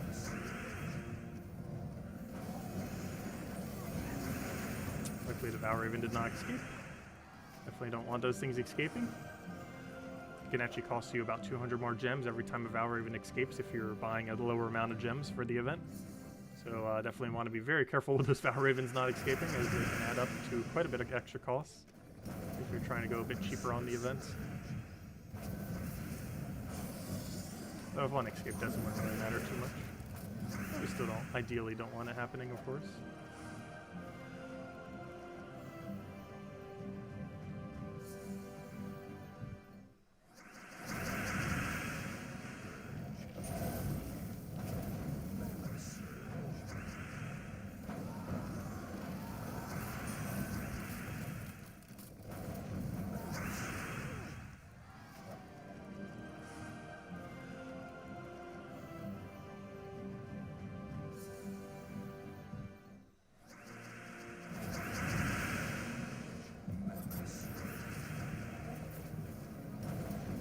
Got the combo going. Get rid of that, get rid of that. Somehow not dead, and dead. And we still had our barrier, it didn't even poke us.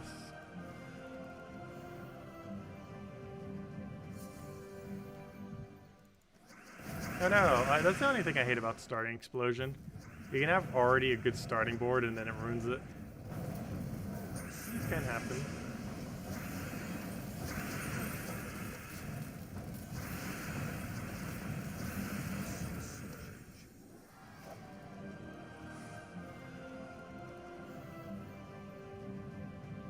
What's the best Scroll Reborn team? I forget which one Reborn is. I need to go double check. I already have the team set up. We'll be covering the video this weekend. I've been meaning to cover it earlier than that, but this week's been all over the place. I'll probably be covering it tomorrow? Depends when we get the faction video up. Because that one's definitely first priority.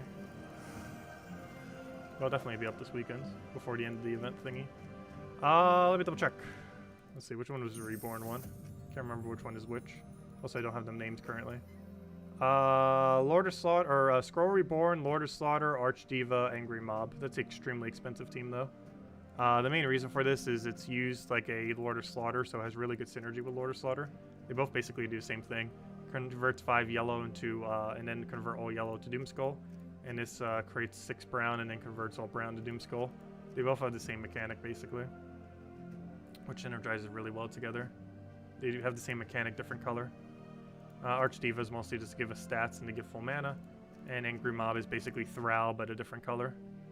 Because obviously we're blocked on 2 purples, so we don't necessarily want to do the Thrall. However, we're not blocked on brown, so we can get away with Thrall. I mean, we can get away with Angry Mob, which basically does exactly what Thrall does, except with a resummon option for if your first slot dies.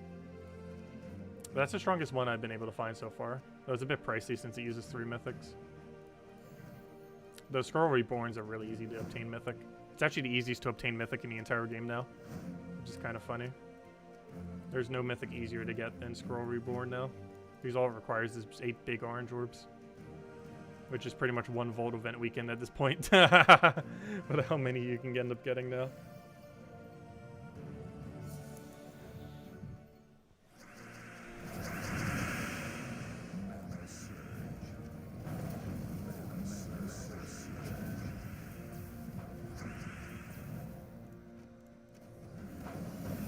Yeah, it always hurts when there's an extra turn on the starting board and then it's like, nope, I'm just going to explode it away. No starting board for you. Or no good starting board. Though the inverse can also happen. The explosion can actually cause you to get it 4 times or 5 times. And end up feeding you straight into a bunch of mana. Like right there, we got a free 3. Free 3. A free 3. Gosh, that's hard to say. Well, why'd I even try to devour the one that has immune? I even knew that like before I clicked it and it was like, no. I wanted to do Zugoff on that, but I couldn't stop the click. Because I thought I was using Zugoff.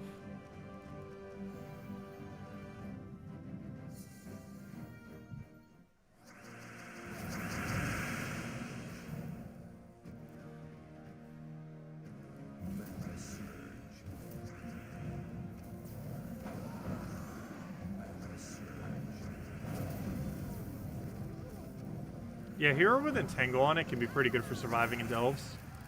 Assuming the enemy doesn't have immune to immune to Entangle, you basically get about around 3 free turns of them not being able to hit you with skulls, which also allows you to keep your barrier for a little bit longer, assuming you have the barrier, which is rather convenient.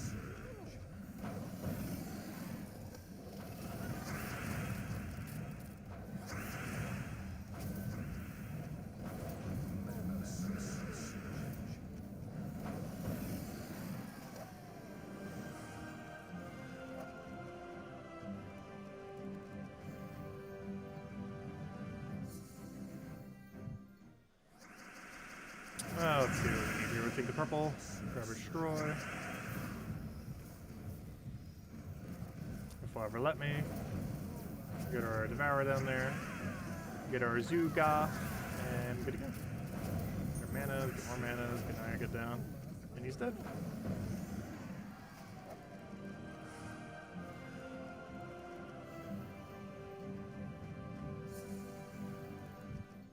Okay, what do we want here? What are we getting rolling? Take a yellow for now, get all that in there. Get a nice Iron, get down. Destroy everything. Get another Devour. Destroy everything again. Kill that, dead.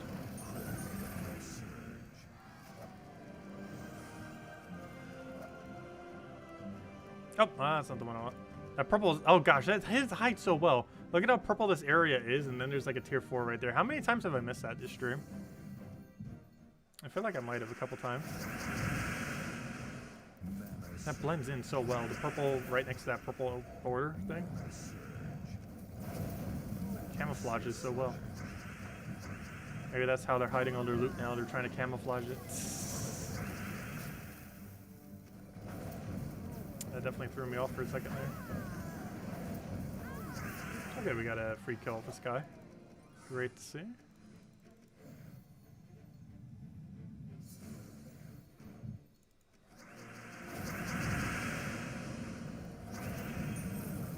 Still can't believe that, I'm gonna say kill. The game has 1,000 troops already. Felt like just the other day we're at 500 and it's like, nope, we're at 1,000 now. The numbers are starting to get so large.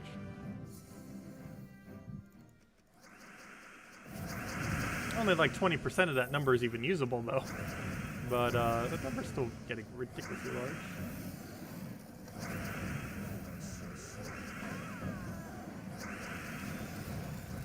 And the game's not really letting up. Still get like 10 troops or so per month or so, whatever it is.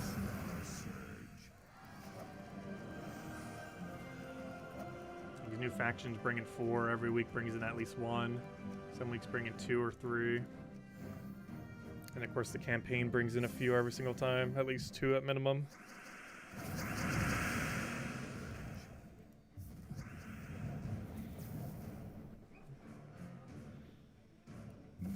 Plus there's still the possibility we might get new kingdoms in the future.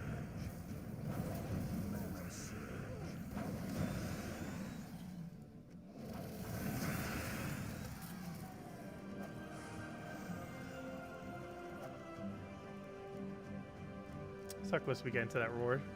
We're definitely making good progress. The further we go, the quicker it gets there. And once we reach 200, we'll start doing skip method. Speeds things up quite a bit. Unfortunately, we have a 4-room skip instead of a 3-room skip. That's still pretty good.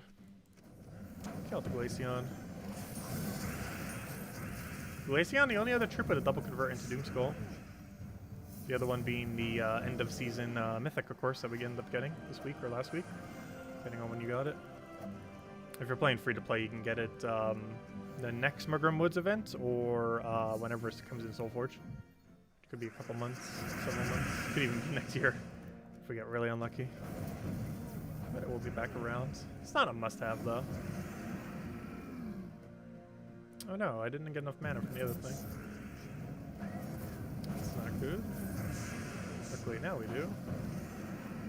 Can you please stop reviving? Literally every single thing he could have revived on, he has revived on this battle. Luckily he's dead off the Iron Gut.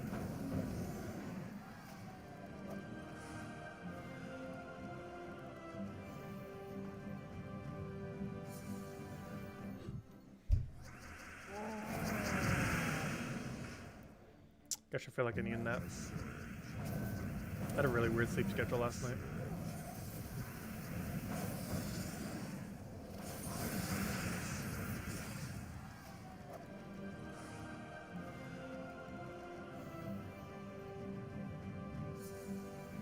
Yeah, Divinia's not bad. Divinia has cleanse on it. Also has an HP gain. Though you're generally using it for the cleanse if you're using it. And the mana accumulation, obviously. Cleanse and mana accumulation. But sometimes it's used for its HP gain. Never hurts to have an HP gain. Plus it hits every single ally, including itself, which is nice. Unlike something like Queen Aurora, which does not target itself, unfortunately, with its benefits. With the mana accumulation it does, but its other effects do not end up affecting it, unfortunately.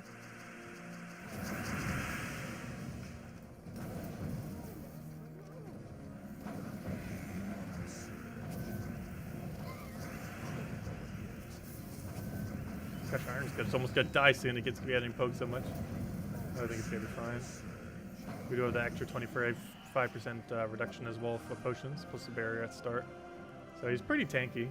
That gives him enough time to get his Devour, and then he just gets his Devour and goes crazy. No, I wasn't doing Pokemon Unite. Though I did play a few rounds last night. That wasn't the main thing I was doing. I was mostly just doing the daily system for the game. It takes like 30 minutes. Which isn't super, super long. Definitely not like ultra short, but it's not too bad.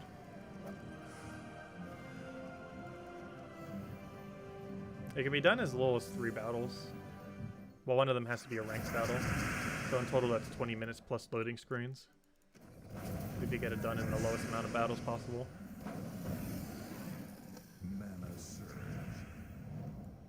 The main thing that takes a while is one of the dailies is to get MVP twice. And to do that you have to be the best person on your entire team twice. Which means even if you win, you might not necessarily be the best on your team during the win. However, it's possible to get MVP even if you lose, which is kind of funny. Because it's not the best in the entire lobby, it's just the best in your team. So you can still get MVP even though you lost the battle. It's kind of funny. What can you get Pokemon Unite on? Currently it's a Switch exclusive for 2 months. However, it's coming to mobile in late September. So in about 2 months from now, it should be out on mobile.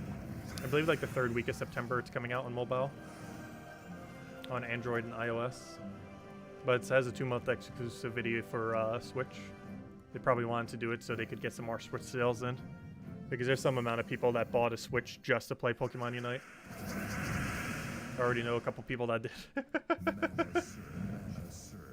Pretty sure that number's not super, super high, but it helped them sell a couple 100,000 more consoles, if not 1 million, so. Whatever way they can make more money. So they made it 2-month exclusive so they could. That is coming to mobile in 2 months or less. Sometime in September. Though dates are currently pointing towards late September, though no official date has been given.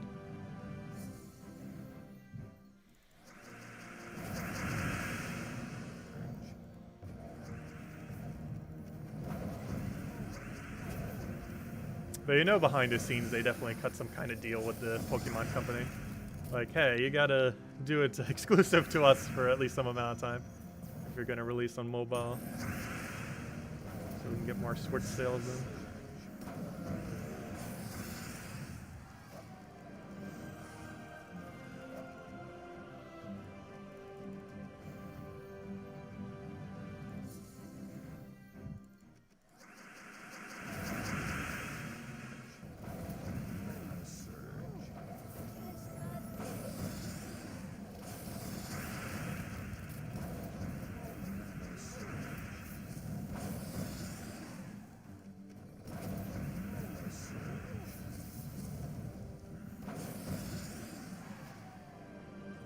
Monster Hunter Stories 2, it did look pretty nice.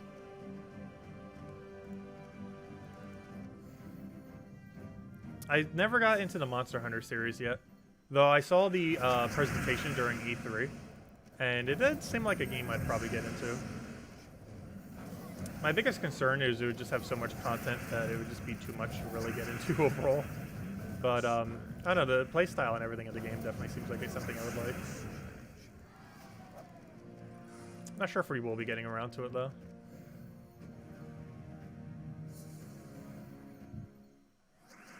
Oh, we'll see. One thing with a 2 in it that we might be getting into soon, though, is Darkest Dungeon 2. They're starting to tease a lot of stuff for the game, and while it hasn't gotten an official beta release date yet, it is likely very soon. The date that we have so far is 2021. No official actual date within 2021. However, with how much stuff is starting to get leaked, it seems like it's probably within the next month or 2. Unfortunately, it is an Epic exclusive for 1 year. They got bought out. However, it is eventually coming to Steam. Or sure, hope it is. It better be. If not, we're going to do the Switch version when it comes to Switch, if they're not going to release on Steam. Though, I'm pretty sure it's just 1 month exclusivity. It is eventually coming to Steam. Probably with Steam Workshop and everything like the first one as well. Meaning the Steam version will be the best version of the game like the previous one. But yeah, Darkest Dungeon, still one of my favorite roguelikes of all time. It's a really good game if you never tried it.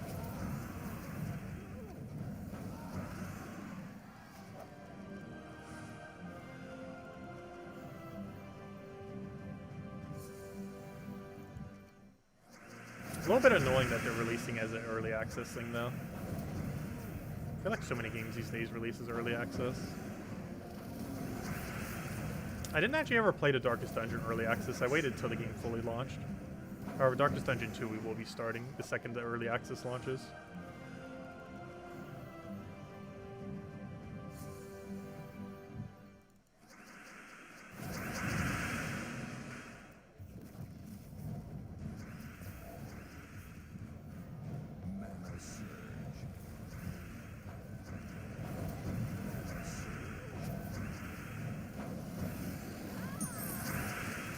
The only problem with Darkest Dungeon being called Darkest Dungeon is they can't do what would be really funny, would be to call the first game the Dark Dungeon, the second game the Darker Dungeon, and then the third game the Darkest Dungeon. That would have been so perfect. But they started with the Darkest Dungeon, so now they can't do that. They have ruined the trilogy that could have been. Though of course they never really planned on it being so big as it was. But they completely missed the opportunity to do the Dark Dungeon, the Darker Dungeon, and the Darkest Dungeon. They ruined it by starting with the Darkest.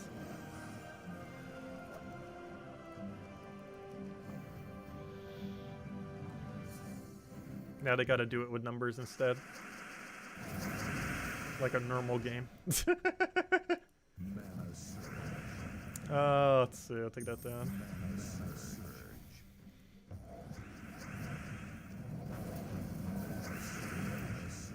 Don't you try to resummon onto your 0 slots that you could possibly resummon on.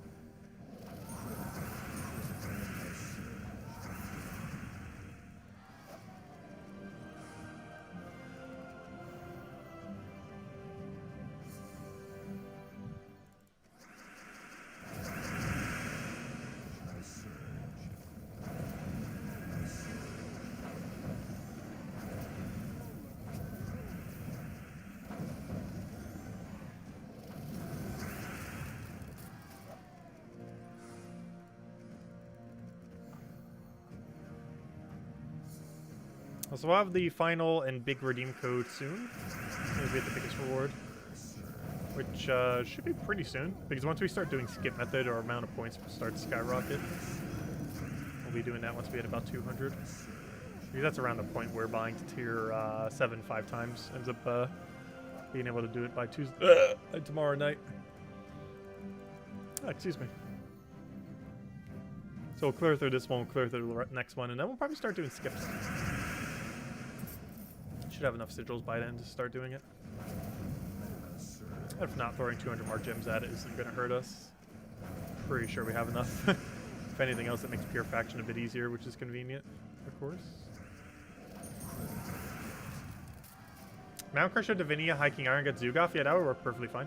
There's a lot of different ways you can mana generate. Really, just depends how you want to go about it. We're personally just doing it with Thrall. And literally only Thrall. Thrall is all we need. I don't know, Thrall's working pretty nice for us, so. Just figured we'd keep it this way. It's doing what it needs to do, that is for sure. It is very much handling what it needs to be doing. Which is good enough for us.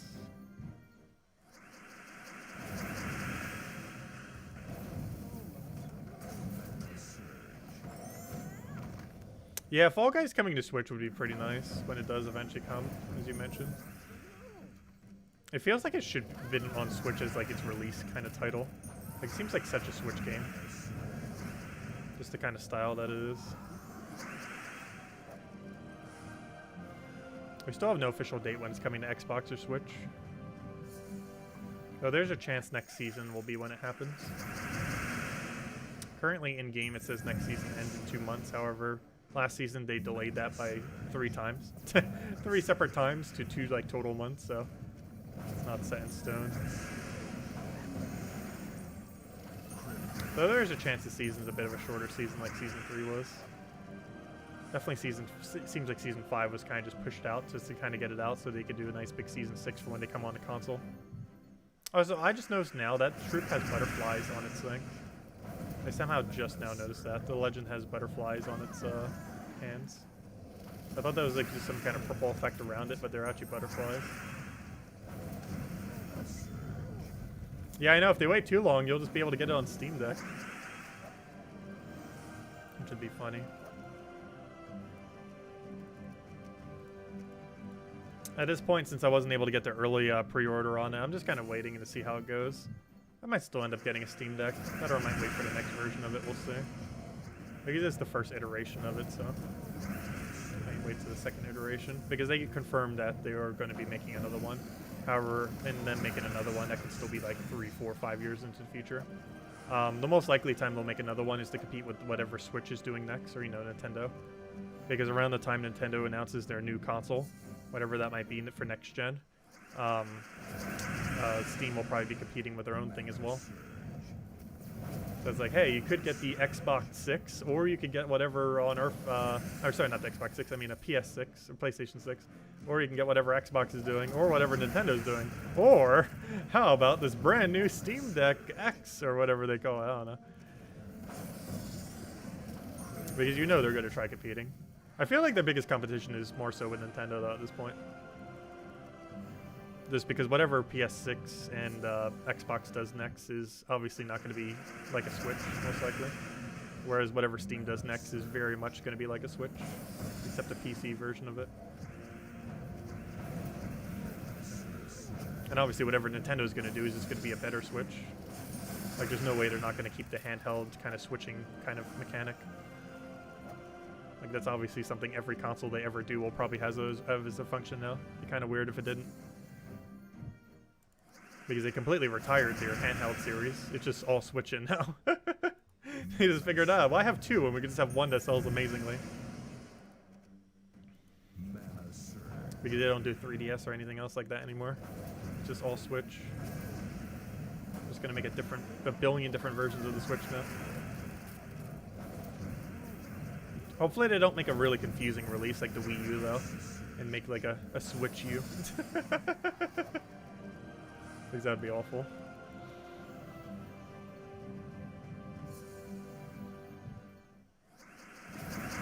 Yeah, a Steam Deck seems like it's going to be really, really good. Curious to see how it pans out. Also curious to see if they're going to have any kind of major sales on it too. Because I'm not in like a dire need to get it like the second it comes out. So who knows, maybe after a year they'll do like a $100 sale on the highest model. Because the highest model is a little pricey for what it is. It does have pretty nice specs. I believe it's like, what, 650 or something? Like for 500 bucks, that seems like an insanely good deal. Oh, it's like 600 something.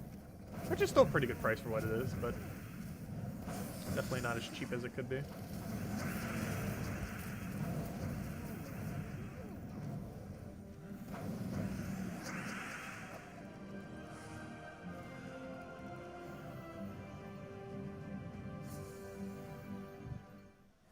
No, they're not going on sales anytime soon. Like, I'd be very surprised if it even goes on sale in the next year and a half.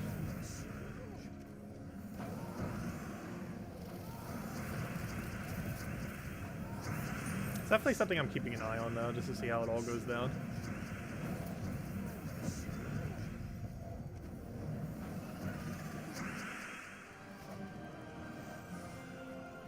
Hey, welcome, Bill!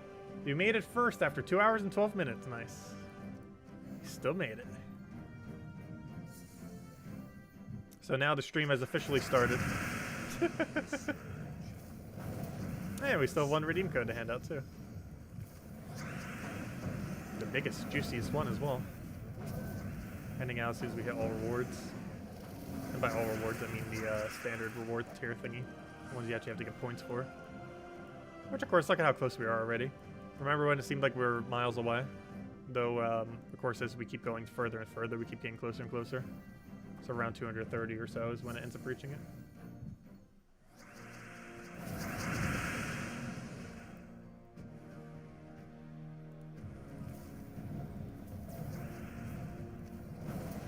And then we'll start up the skip methods.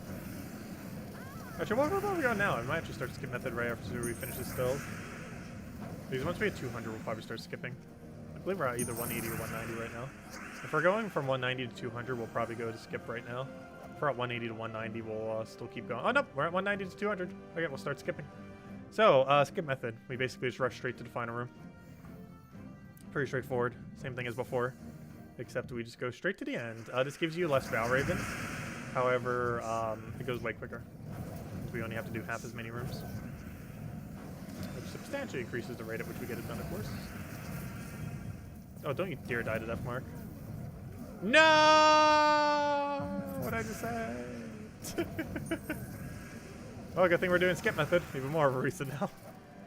Because our win condition just died.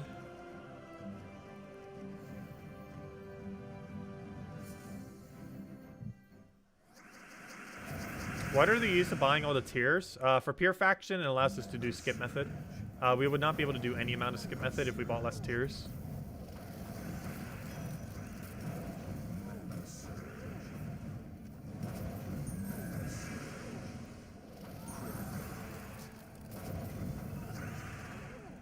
Luckily, even with Iron Gut, it still kind of kills everything, which is rather convenient.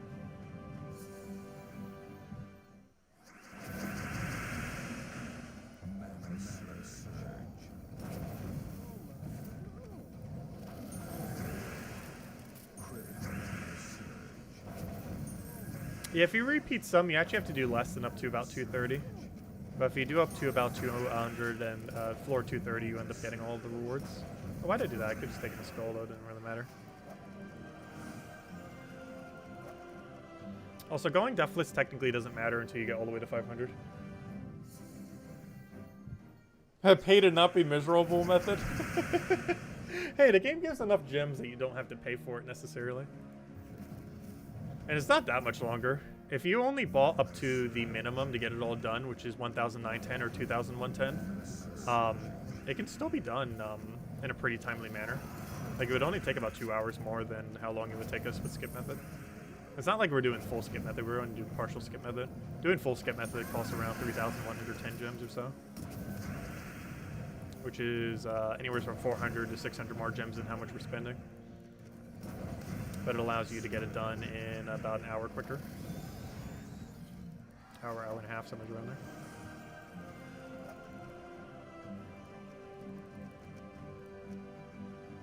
But I normally do a mix of both. Also, hopefully we did not die to random death mark this time. On the iron gut, that's always horrible when that happens. Not much you can do about it sometimes though.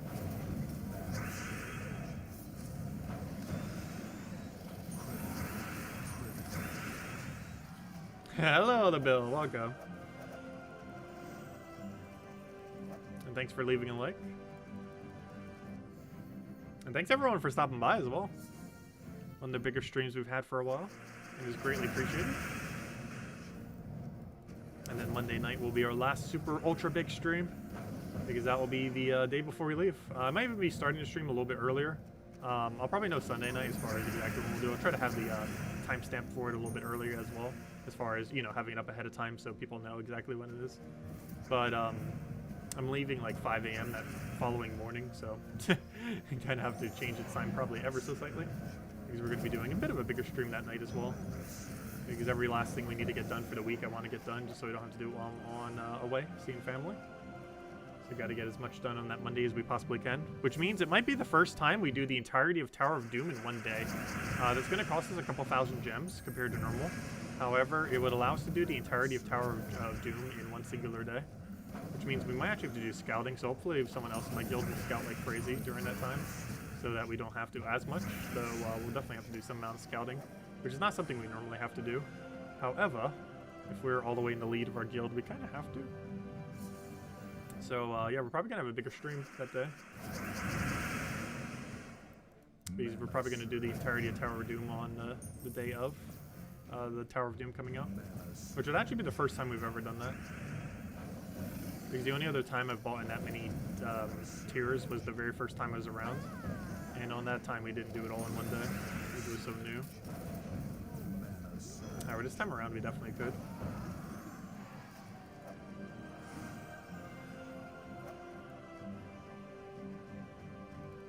Well, I'm pretty sure some amount of people would have scouted by then. The stream's still not going to start until like 6 p.m. or 7, 8 p.m. or something. It's only going to be slightly earlier than normal. Like, some amount would have already been scouted. Like, at least to 10, if not 15. Maybe even 20. Who knows, some of them I've done all the way to 25 already.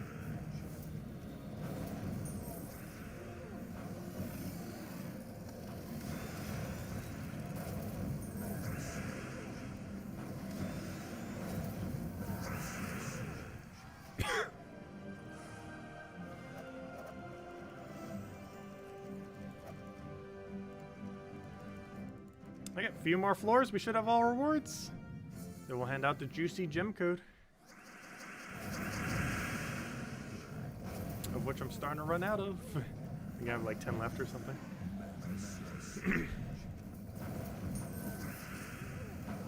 Probably have another juicy gem code on Monday night as well, for the day we're leaving, or the night that we're leaving.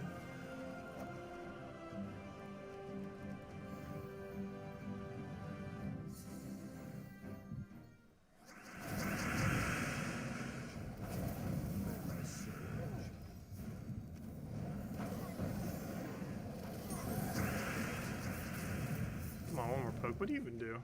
Yeah, you're enough to kill. Keep forgetting we even have an Rage Carandera there.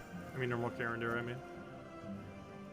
He's kind of just sitting there doing nothing most matches. He's trying to curse them, which helps us with Iron Gut occasionally, but more so than I, he's kind of just there doing nothing. theoretically have a second Iron Gut there or something if we really wanted to. Which honestly doesn't sound like too bad of an idea.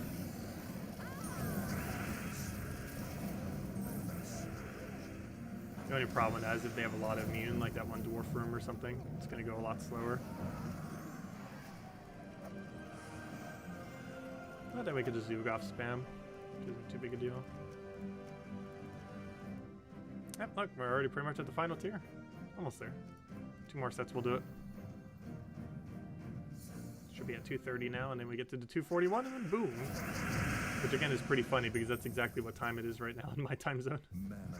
It's 2:30 in 2 minutes, and we're also in 2:30 faction, which makes it slightly confusing. We're at double 2:30.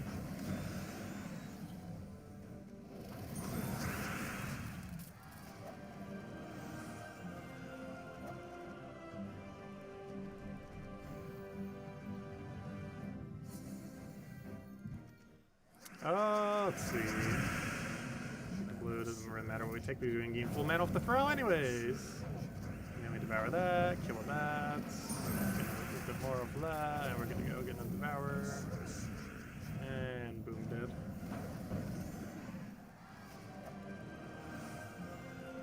There we go.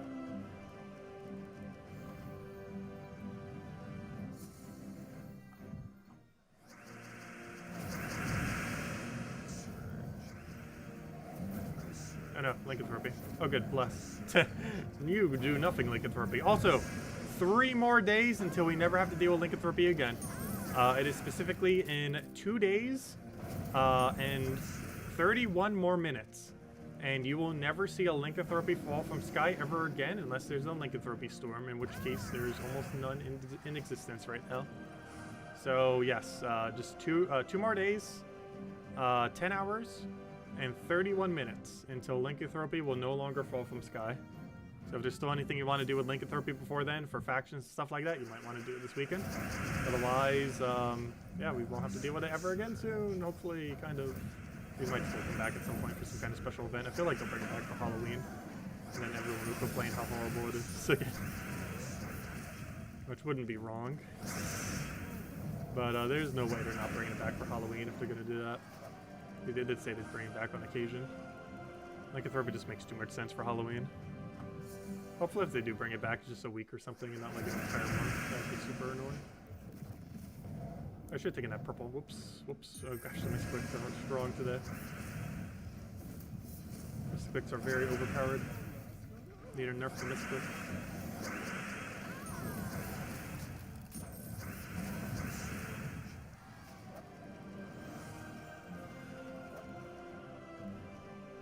Could you imagine if Gems of War had an autoplay option? Oops, I accidentally took an extra room I didn't need to take, didn't I?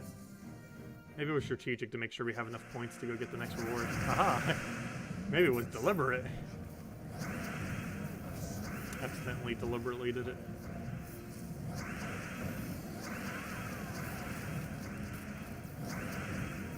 Don't you dare die Death Mark again, not again. Don't do it to us. Don't do it! Don't do it! Good. Fine. He was thinking about it though.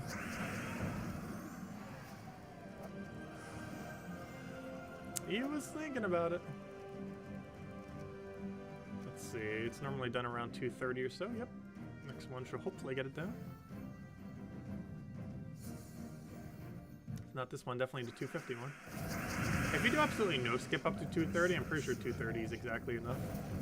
So we did skips up to it, or some few skips. Not a full amount, a lot amount left. Small amount.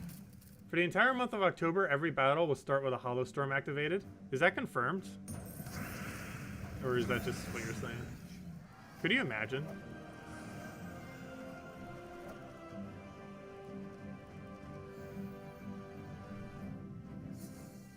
We don't know if that's worse than the natural amount that falls, though. I feel like it would be. We don't actually know exactly how much Hollow Storm it activates, because the last time I tried making Hollow Storm occur, it wasn't working. I was trying to do a random storm, and we tried for like 15 minutes, and it didn't give us a single Hollow Storm or the other new storms. Oh, it was a joke? Okay. I was gonna say, that'd be pretty broken, because I'm pretty sure Hollow Storm does even more lycanthropies than a normal, natural lycanthropy occurrence of now. So those are going to be even more annoying whenever they occur. If that's even imaginable. But imagine the current amount, but like probably 5 to 10 times more. That's probably what Hellstorm does.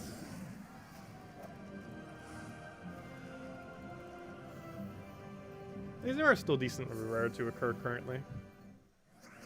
Though not rare enough.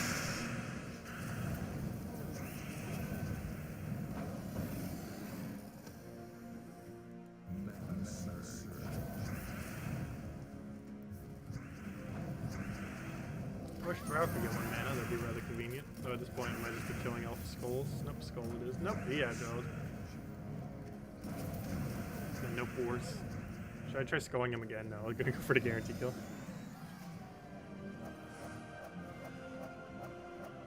Oh, there's a mythic coming with Uber Doomskull Storm. Nice. Yeah, we're probably gonna get a mythic eventually that has Hellstorm too. This could be so annoying when that comes out. Alright, 1 more will do it, and that'll be all rewards. We'll hand out the big juicy code. And then we'll probably keep going until we hit 300, like I said earlier. And then tonight we'll go to like 400 or so. And then tomorrow we do Pure Faction 500. Whatever isn't done off stream, we'll just do off stream. Until we get up to that 500 if we aren't already by tonight. And then we do Pure Faction tomorrow. I always like splitting it, just so we have something fun to do on Saturday night.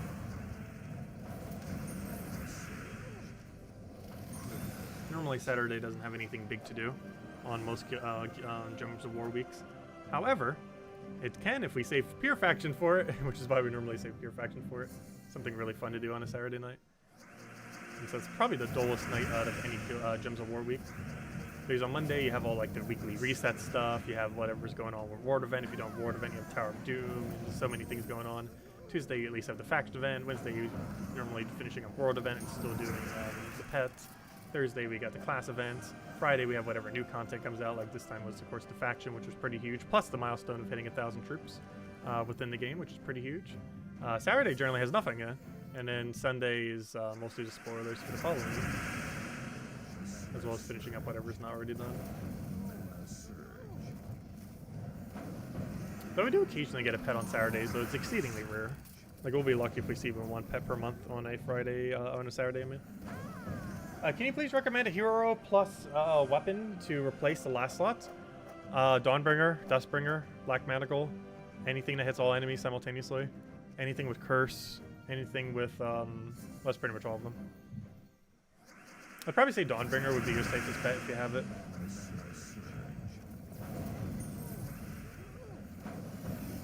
Alternatively, you could use literally any mana accumulating weapon. Particularly a mana accumulating weapon would resummon if you want to play it super safe. Like Jar of Eyes or something similar. So you can get a blue storm and also have the safety of a resummon. Because your 2 main troops on this team use a blue storm. Alright, there we go, it's code time. Let's go claim all of our orbs. So the total loot we get from claiming all these is 2 Vault Keys, which seems like 0 these days. 10 diamonds, 1,950 souls, 80,000 gold, 500 shards, which also seems like 0. 4 orbs, which are still really nice. 7 mythic ingots, a title, and a portrait. We got the Raven Lunatic, and the portrait for the new knight that came out through the thing, the epic from this place. And we got Uselessness, followed by no more Uselessness. Did we just get 2 oranges, 2 greens? I'm pretty sure that's what we just got.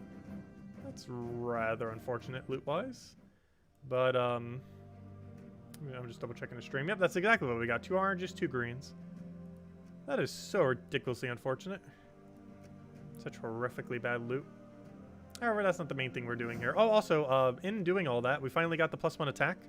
We got this at 76,000 renown, so we hit this, like, probably half an hour ago, actually. However, we have indeed hit the permanent extra +1 attack. Now from Delves, we get 4 attack, 7 HP, 7 armor, and 1 magic.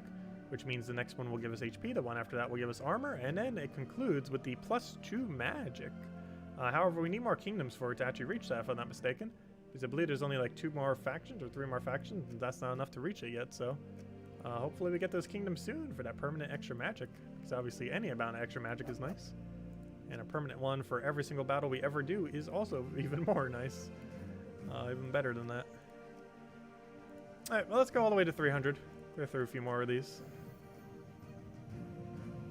And then once we hit that 300, we'll probably call it a wrap for now. That's still probably going to take us about half an hour to reach that, or maybe a little bit less. I'm not sure the exact amount of time it takes to rush method through here, though. It is decently quick.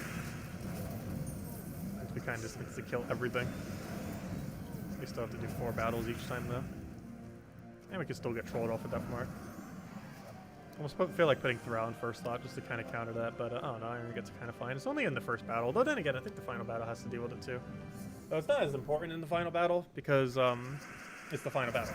There's no like subsequent battle afterwards. Whereas it matters a lot more in the first battle if they kill us, because that means the rest of the delve we have no Iron Gut, which is obviously quite a bit problematic.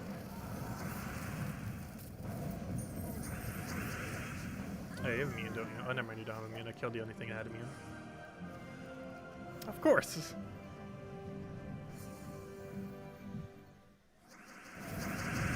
Oh, Isabel went 5-0 today? Nice. Hopefully we'll do the same. We'll be doing Guild Wars tonight, obviously. Same time as always, 8 p.m. Eastern Standard Time as we do every single night. Which is in 5.5 hours from now. Oh yeah, I didn't hand out the big code, did I? Hold up. I need to go do that. I said I would, and then completely forgot.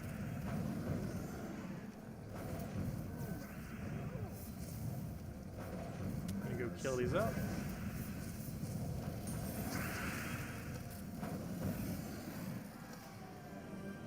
Alright, let me go do the code. Oh no, I didn't hand out the code yet, Mallow. I kind of slipped my mind. Okay, let me go get the juicy codes. One with gems in them. One moment. Click save so we know we used it. Put it in the code section so we get it ourselves. If it helped if I type the tacit word in correctly. Well, of course, you put in whatever your invite code is. There we go. Copy that. Paste that.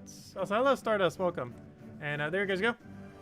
There's a redeem code. Use it on gemsofwar.com for the game code section. Your invite code can be found underneath your settings menu. Whatever your game says right over here is what you put in for your invite code. Redeem code's right over there in chats. Copy paste random numbers and letters. Start with KS. And it gives the same reward as, or sorry, the better reward. The 25 gems, 500 souls, and 5,000 gold. And definitely feel free to like on the stream. Helps out a lot and is greatly appreciated. And thank you for having us hit 55 likes. Very rare for us to hit over 50 likes in the stream. Greatly, greatly appreciated. But there you guys go. Enjoy. And that'll be the last code we hand out for now. Though we'll have another one tonight, so technically 4 codes today. Since we'll have another one during our nightly stream. Anyways, let's go to about 300 for this place.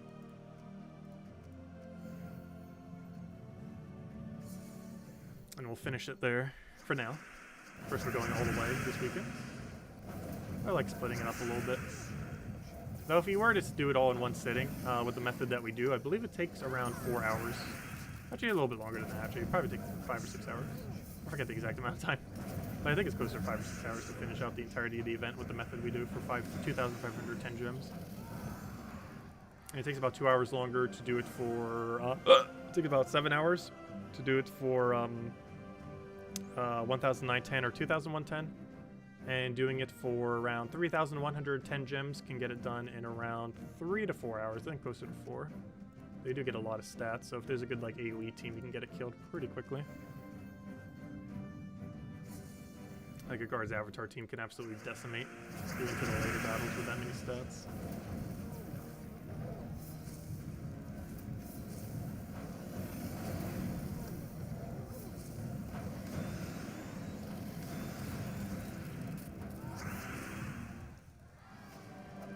Oh, it does eventually fall off compared to instant kills. Every team eventually does in delves.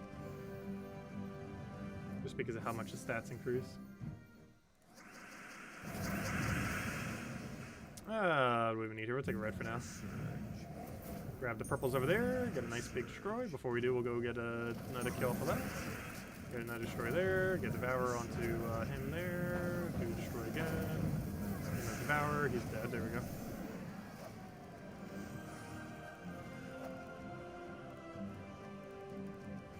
And of course we'll keep going for quick kills. Quick method to just clear out the floors now. Main reason we don't want to do it the entire time is mostly just to get a few more Val Ravens. Val Ravens are based on how many rooms you do as far as their drop rate. So if you're skipping straight to the end, you get basically half as many Val Ravens as you would be otherwise. Which is why you generally don't want to do that too much. Otherwise you're substantially lowering the amount of Val Ravens you're getting.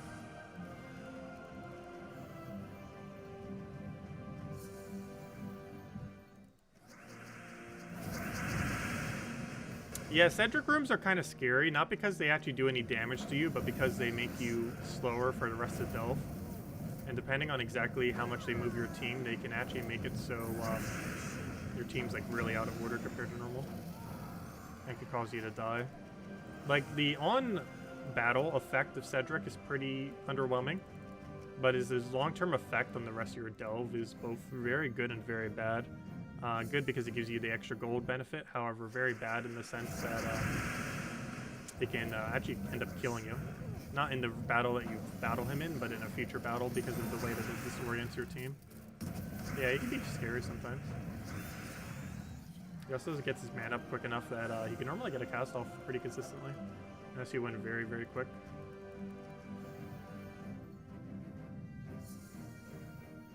Yeah, finesse is pretty good build. Triple finesse into Nimbus Bow or triple finesse into any weapon. Really strong option to consider if you need a cheap option for the faction. Because Nimbus Bow does double tap when there's only run remaining and also hits double on yellows, of which his kingdom has 2. Which is as many yellows as you could kind of want, but it's still more than yellow than none. It's better than 0 or 1 if nothing else. Of course 4 would be optimal, though theres almost no faction that has 4 yellows on it. I think the highest is 3. I think Stonesong Aerie has 3. Might be another one.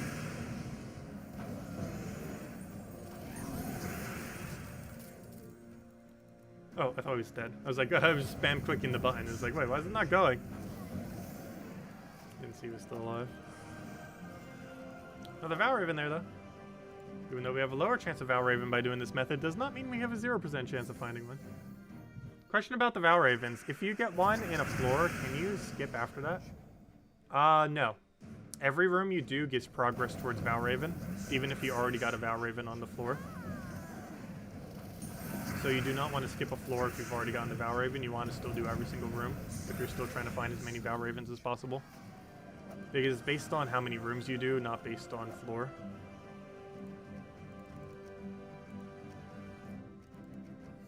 But it's based entirely on how many rooms you do. And when a Valraven is in your floor, it's placed on a random room in the floor. So if you don't do every single room, you're not going to find a Valraven, even if it appears on the floor. Which can be bad.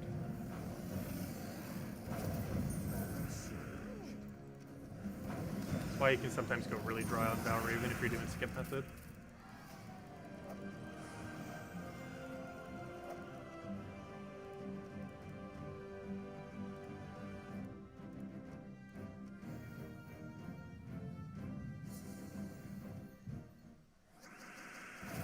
But every single room moves you closer to actually finding the Valraven. That's why skip method gets a lot less as well. Because it's not even possible to until you've done X amount of rooms.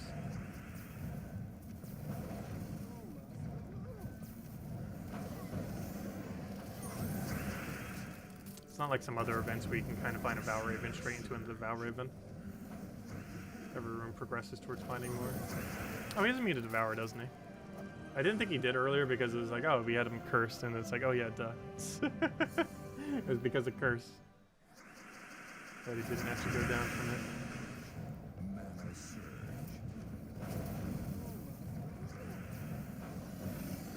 Oh, please cast. There you go.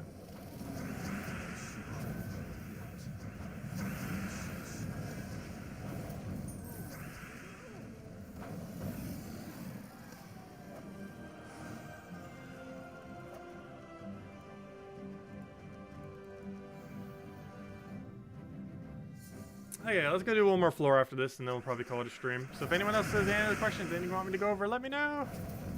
Otherwise, once we finish out the delve after this delve, call it a wrap for now. So we'll be back in like 5 hours from now, so it won't be that long off.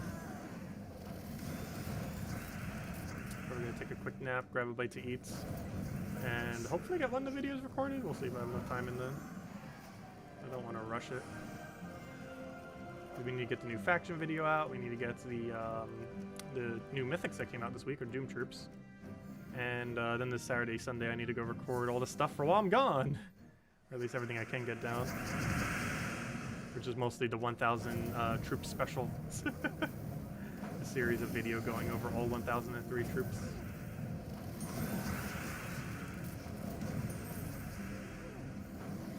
And the first one of that will be coming out on Tuesday. And more Pokemon Unite now. All the dailies are done for. I've mostly just been playing it for the dailies when I haven't been doing it on stream lately. And the daily system for it takes around 20 to 40 minutes. 20 at the lowest, 40 at the most. Doesn't take too long. The thing that does take too long, though, Puzzle Quest 3 dailies in the current state of the game.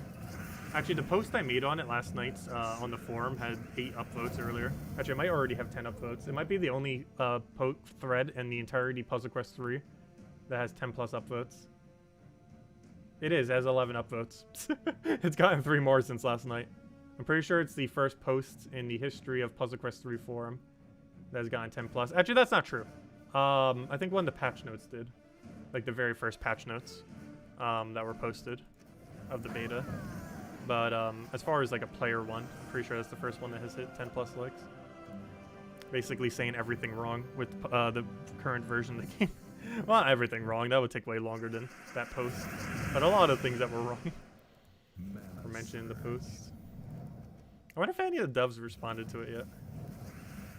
I didn't bother checking. I'll check after stream. But yeah, the daily system takes like 2-3 hours now in Puzzle Quest 3. It's pretty insane. Gems of War daily system takes like 10 minutes to an hour, depending on what you want to do. And that game is already up to like 2 to 4 hours, despite not even having all of its systems in yet. I definitely need to look into it. Yeah, Puzzle Quest 3's dailies are a complete nightmare right now. And what's unfortunate is it probably is going to be like another month before they fix it.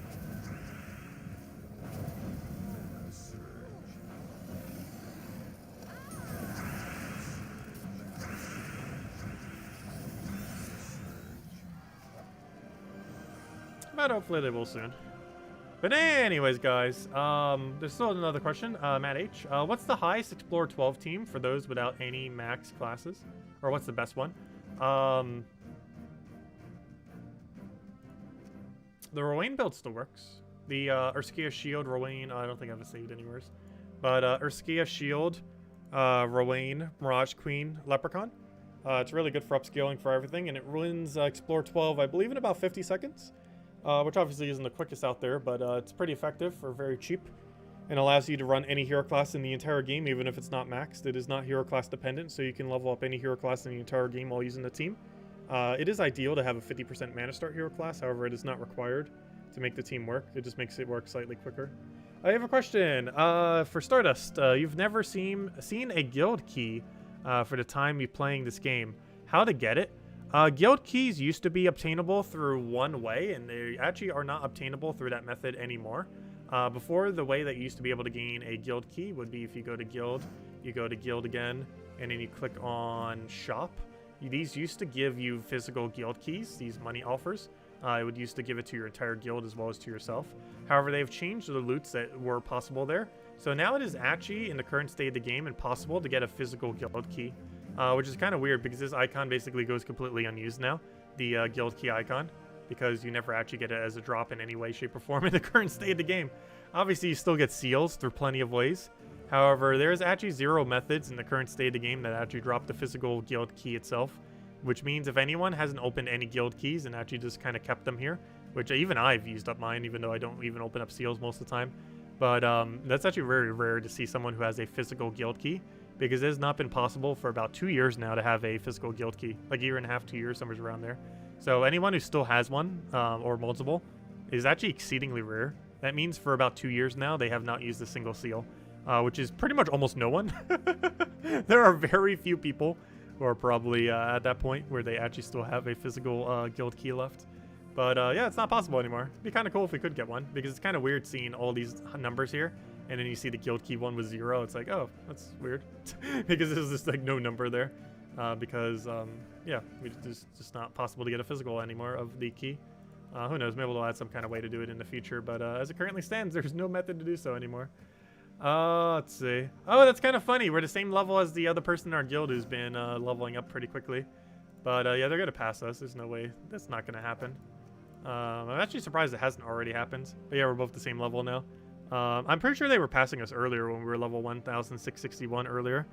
But yeah, they're gonna pass us officially in like give it a week though. Like after my vacation and we come back, there's no way he's not gonna be higher level than us. Because obviously I'll be playing a lot less during that time.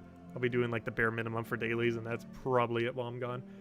Speaking of that, don't forget to green the Imperial today. I'll be taking that tonight. Same as a little bit of gems. Some pretty decent loot. And we finally got the final Kingdom Max. That was something else we did this stream. For any of you getting here later, we finally got every single kingdom to level 15. That has officially been done. Now every single kingdom is as max as it can be, and now we have max stats. We can't have our stats any higher. We were basically as high as it could possibly go. So that's pretty cool. There's basically no one in the entire game with higher stats than us, unless there's someone who has a level 20 kingdom, in which case that's pretty insane. Congrats on them. But aside from that, we have the high stats that are possible within the entire game. The only slight difference is hero. But now, if we're using a team without hero, we have the high stats that are possible out of anything that could possibly be done. So yeah, it's a pretty cool milestone that we end up hitting today on the same day as 1,000 troops in the game, which is pretty cool as well. I'm actually surprised that number fits compared to 999 barely fitting, but I guess it made the text stretch or kind of small. I'm not sure, but there we go. Let me screenshot that. Finally, we hit 1,000.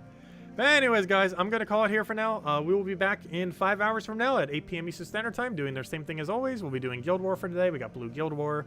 We'll be messing around with the faction a bit more. We'll probably do it to about 400, maybe even a bit deeper. Kind of just quick kill that and get it pretty much to 500 setups for tomorrow night, so we can go do Pure Faction. We will not be doing Pure Faction tonight. That'll specifically be tomorrow night. But we will be doing more progress on it, if nothing else. And clear our nice juicy dailies and kind of celebrate 1,000 troops again for all the people who weren't here this morning. But anyways, guys, thanks for stopping by. Greatly appreciate it as always. Hope you all have a wonderful weekend. Best of luck with the faction event. We'll be covering a video for it soon, though we kind of covered it pretty in depth during the stream. But well, of course, we'll cover more in a specific video for people that don't want to watch the entire stream. And yeah, we'll go from there. Thank you all so much for watching. Feel free to leave a like on the stream. Helps out a lot and is greatly appreciated. And I'll catch you guys soon. Enjoy your weekend. Best of luck with the event. Goodbye, everyone. And see you in about 5 hours.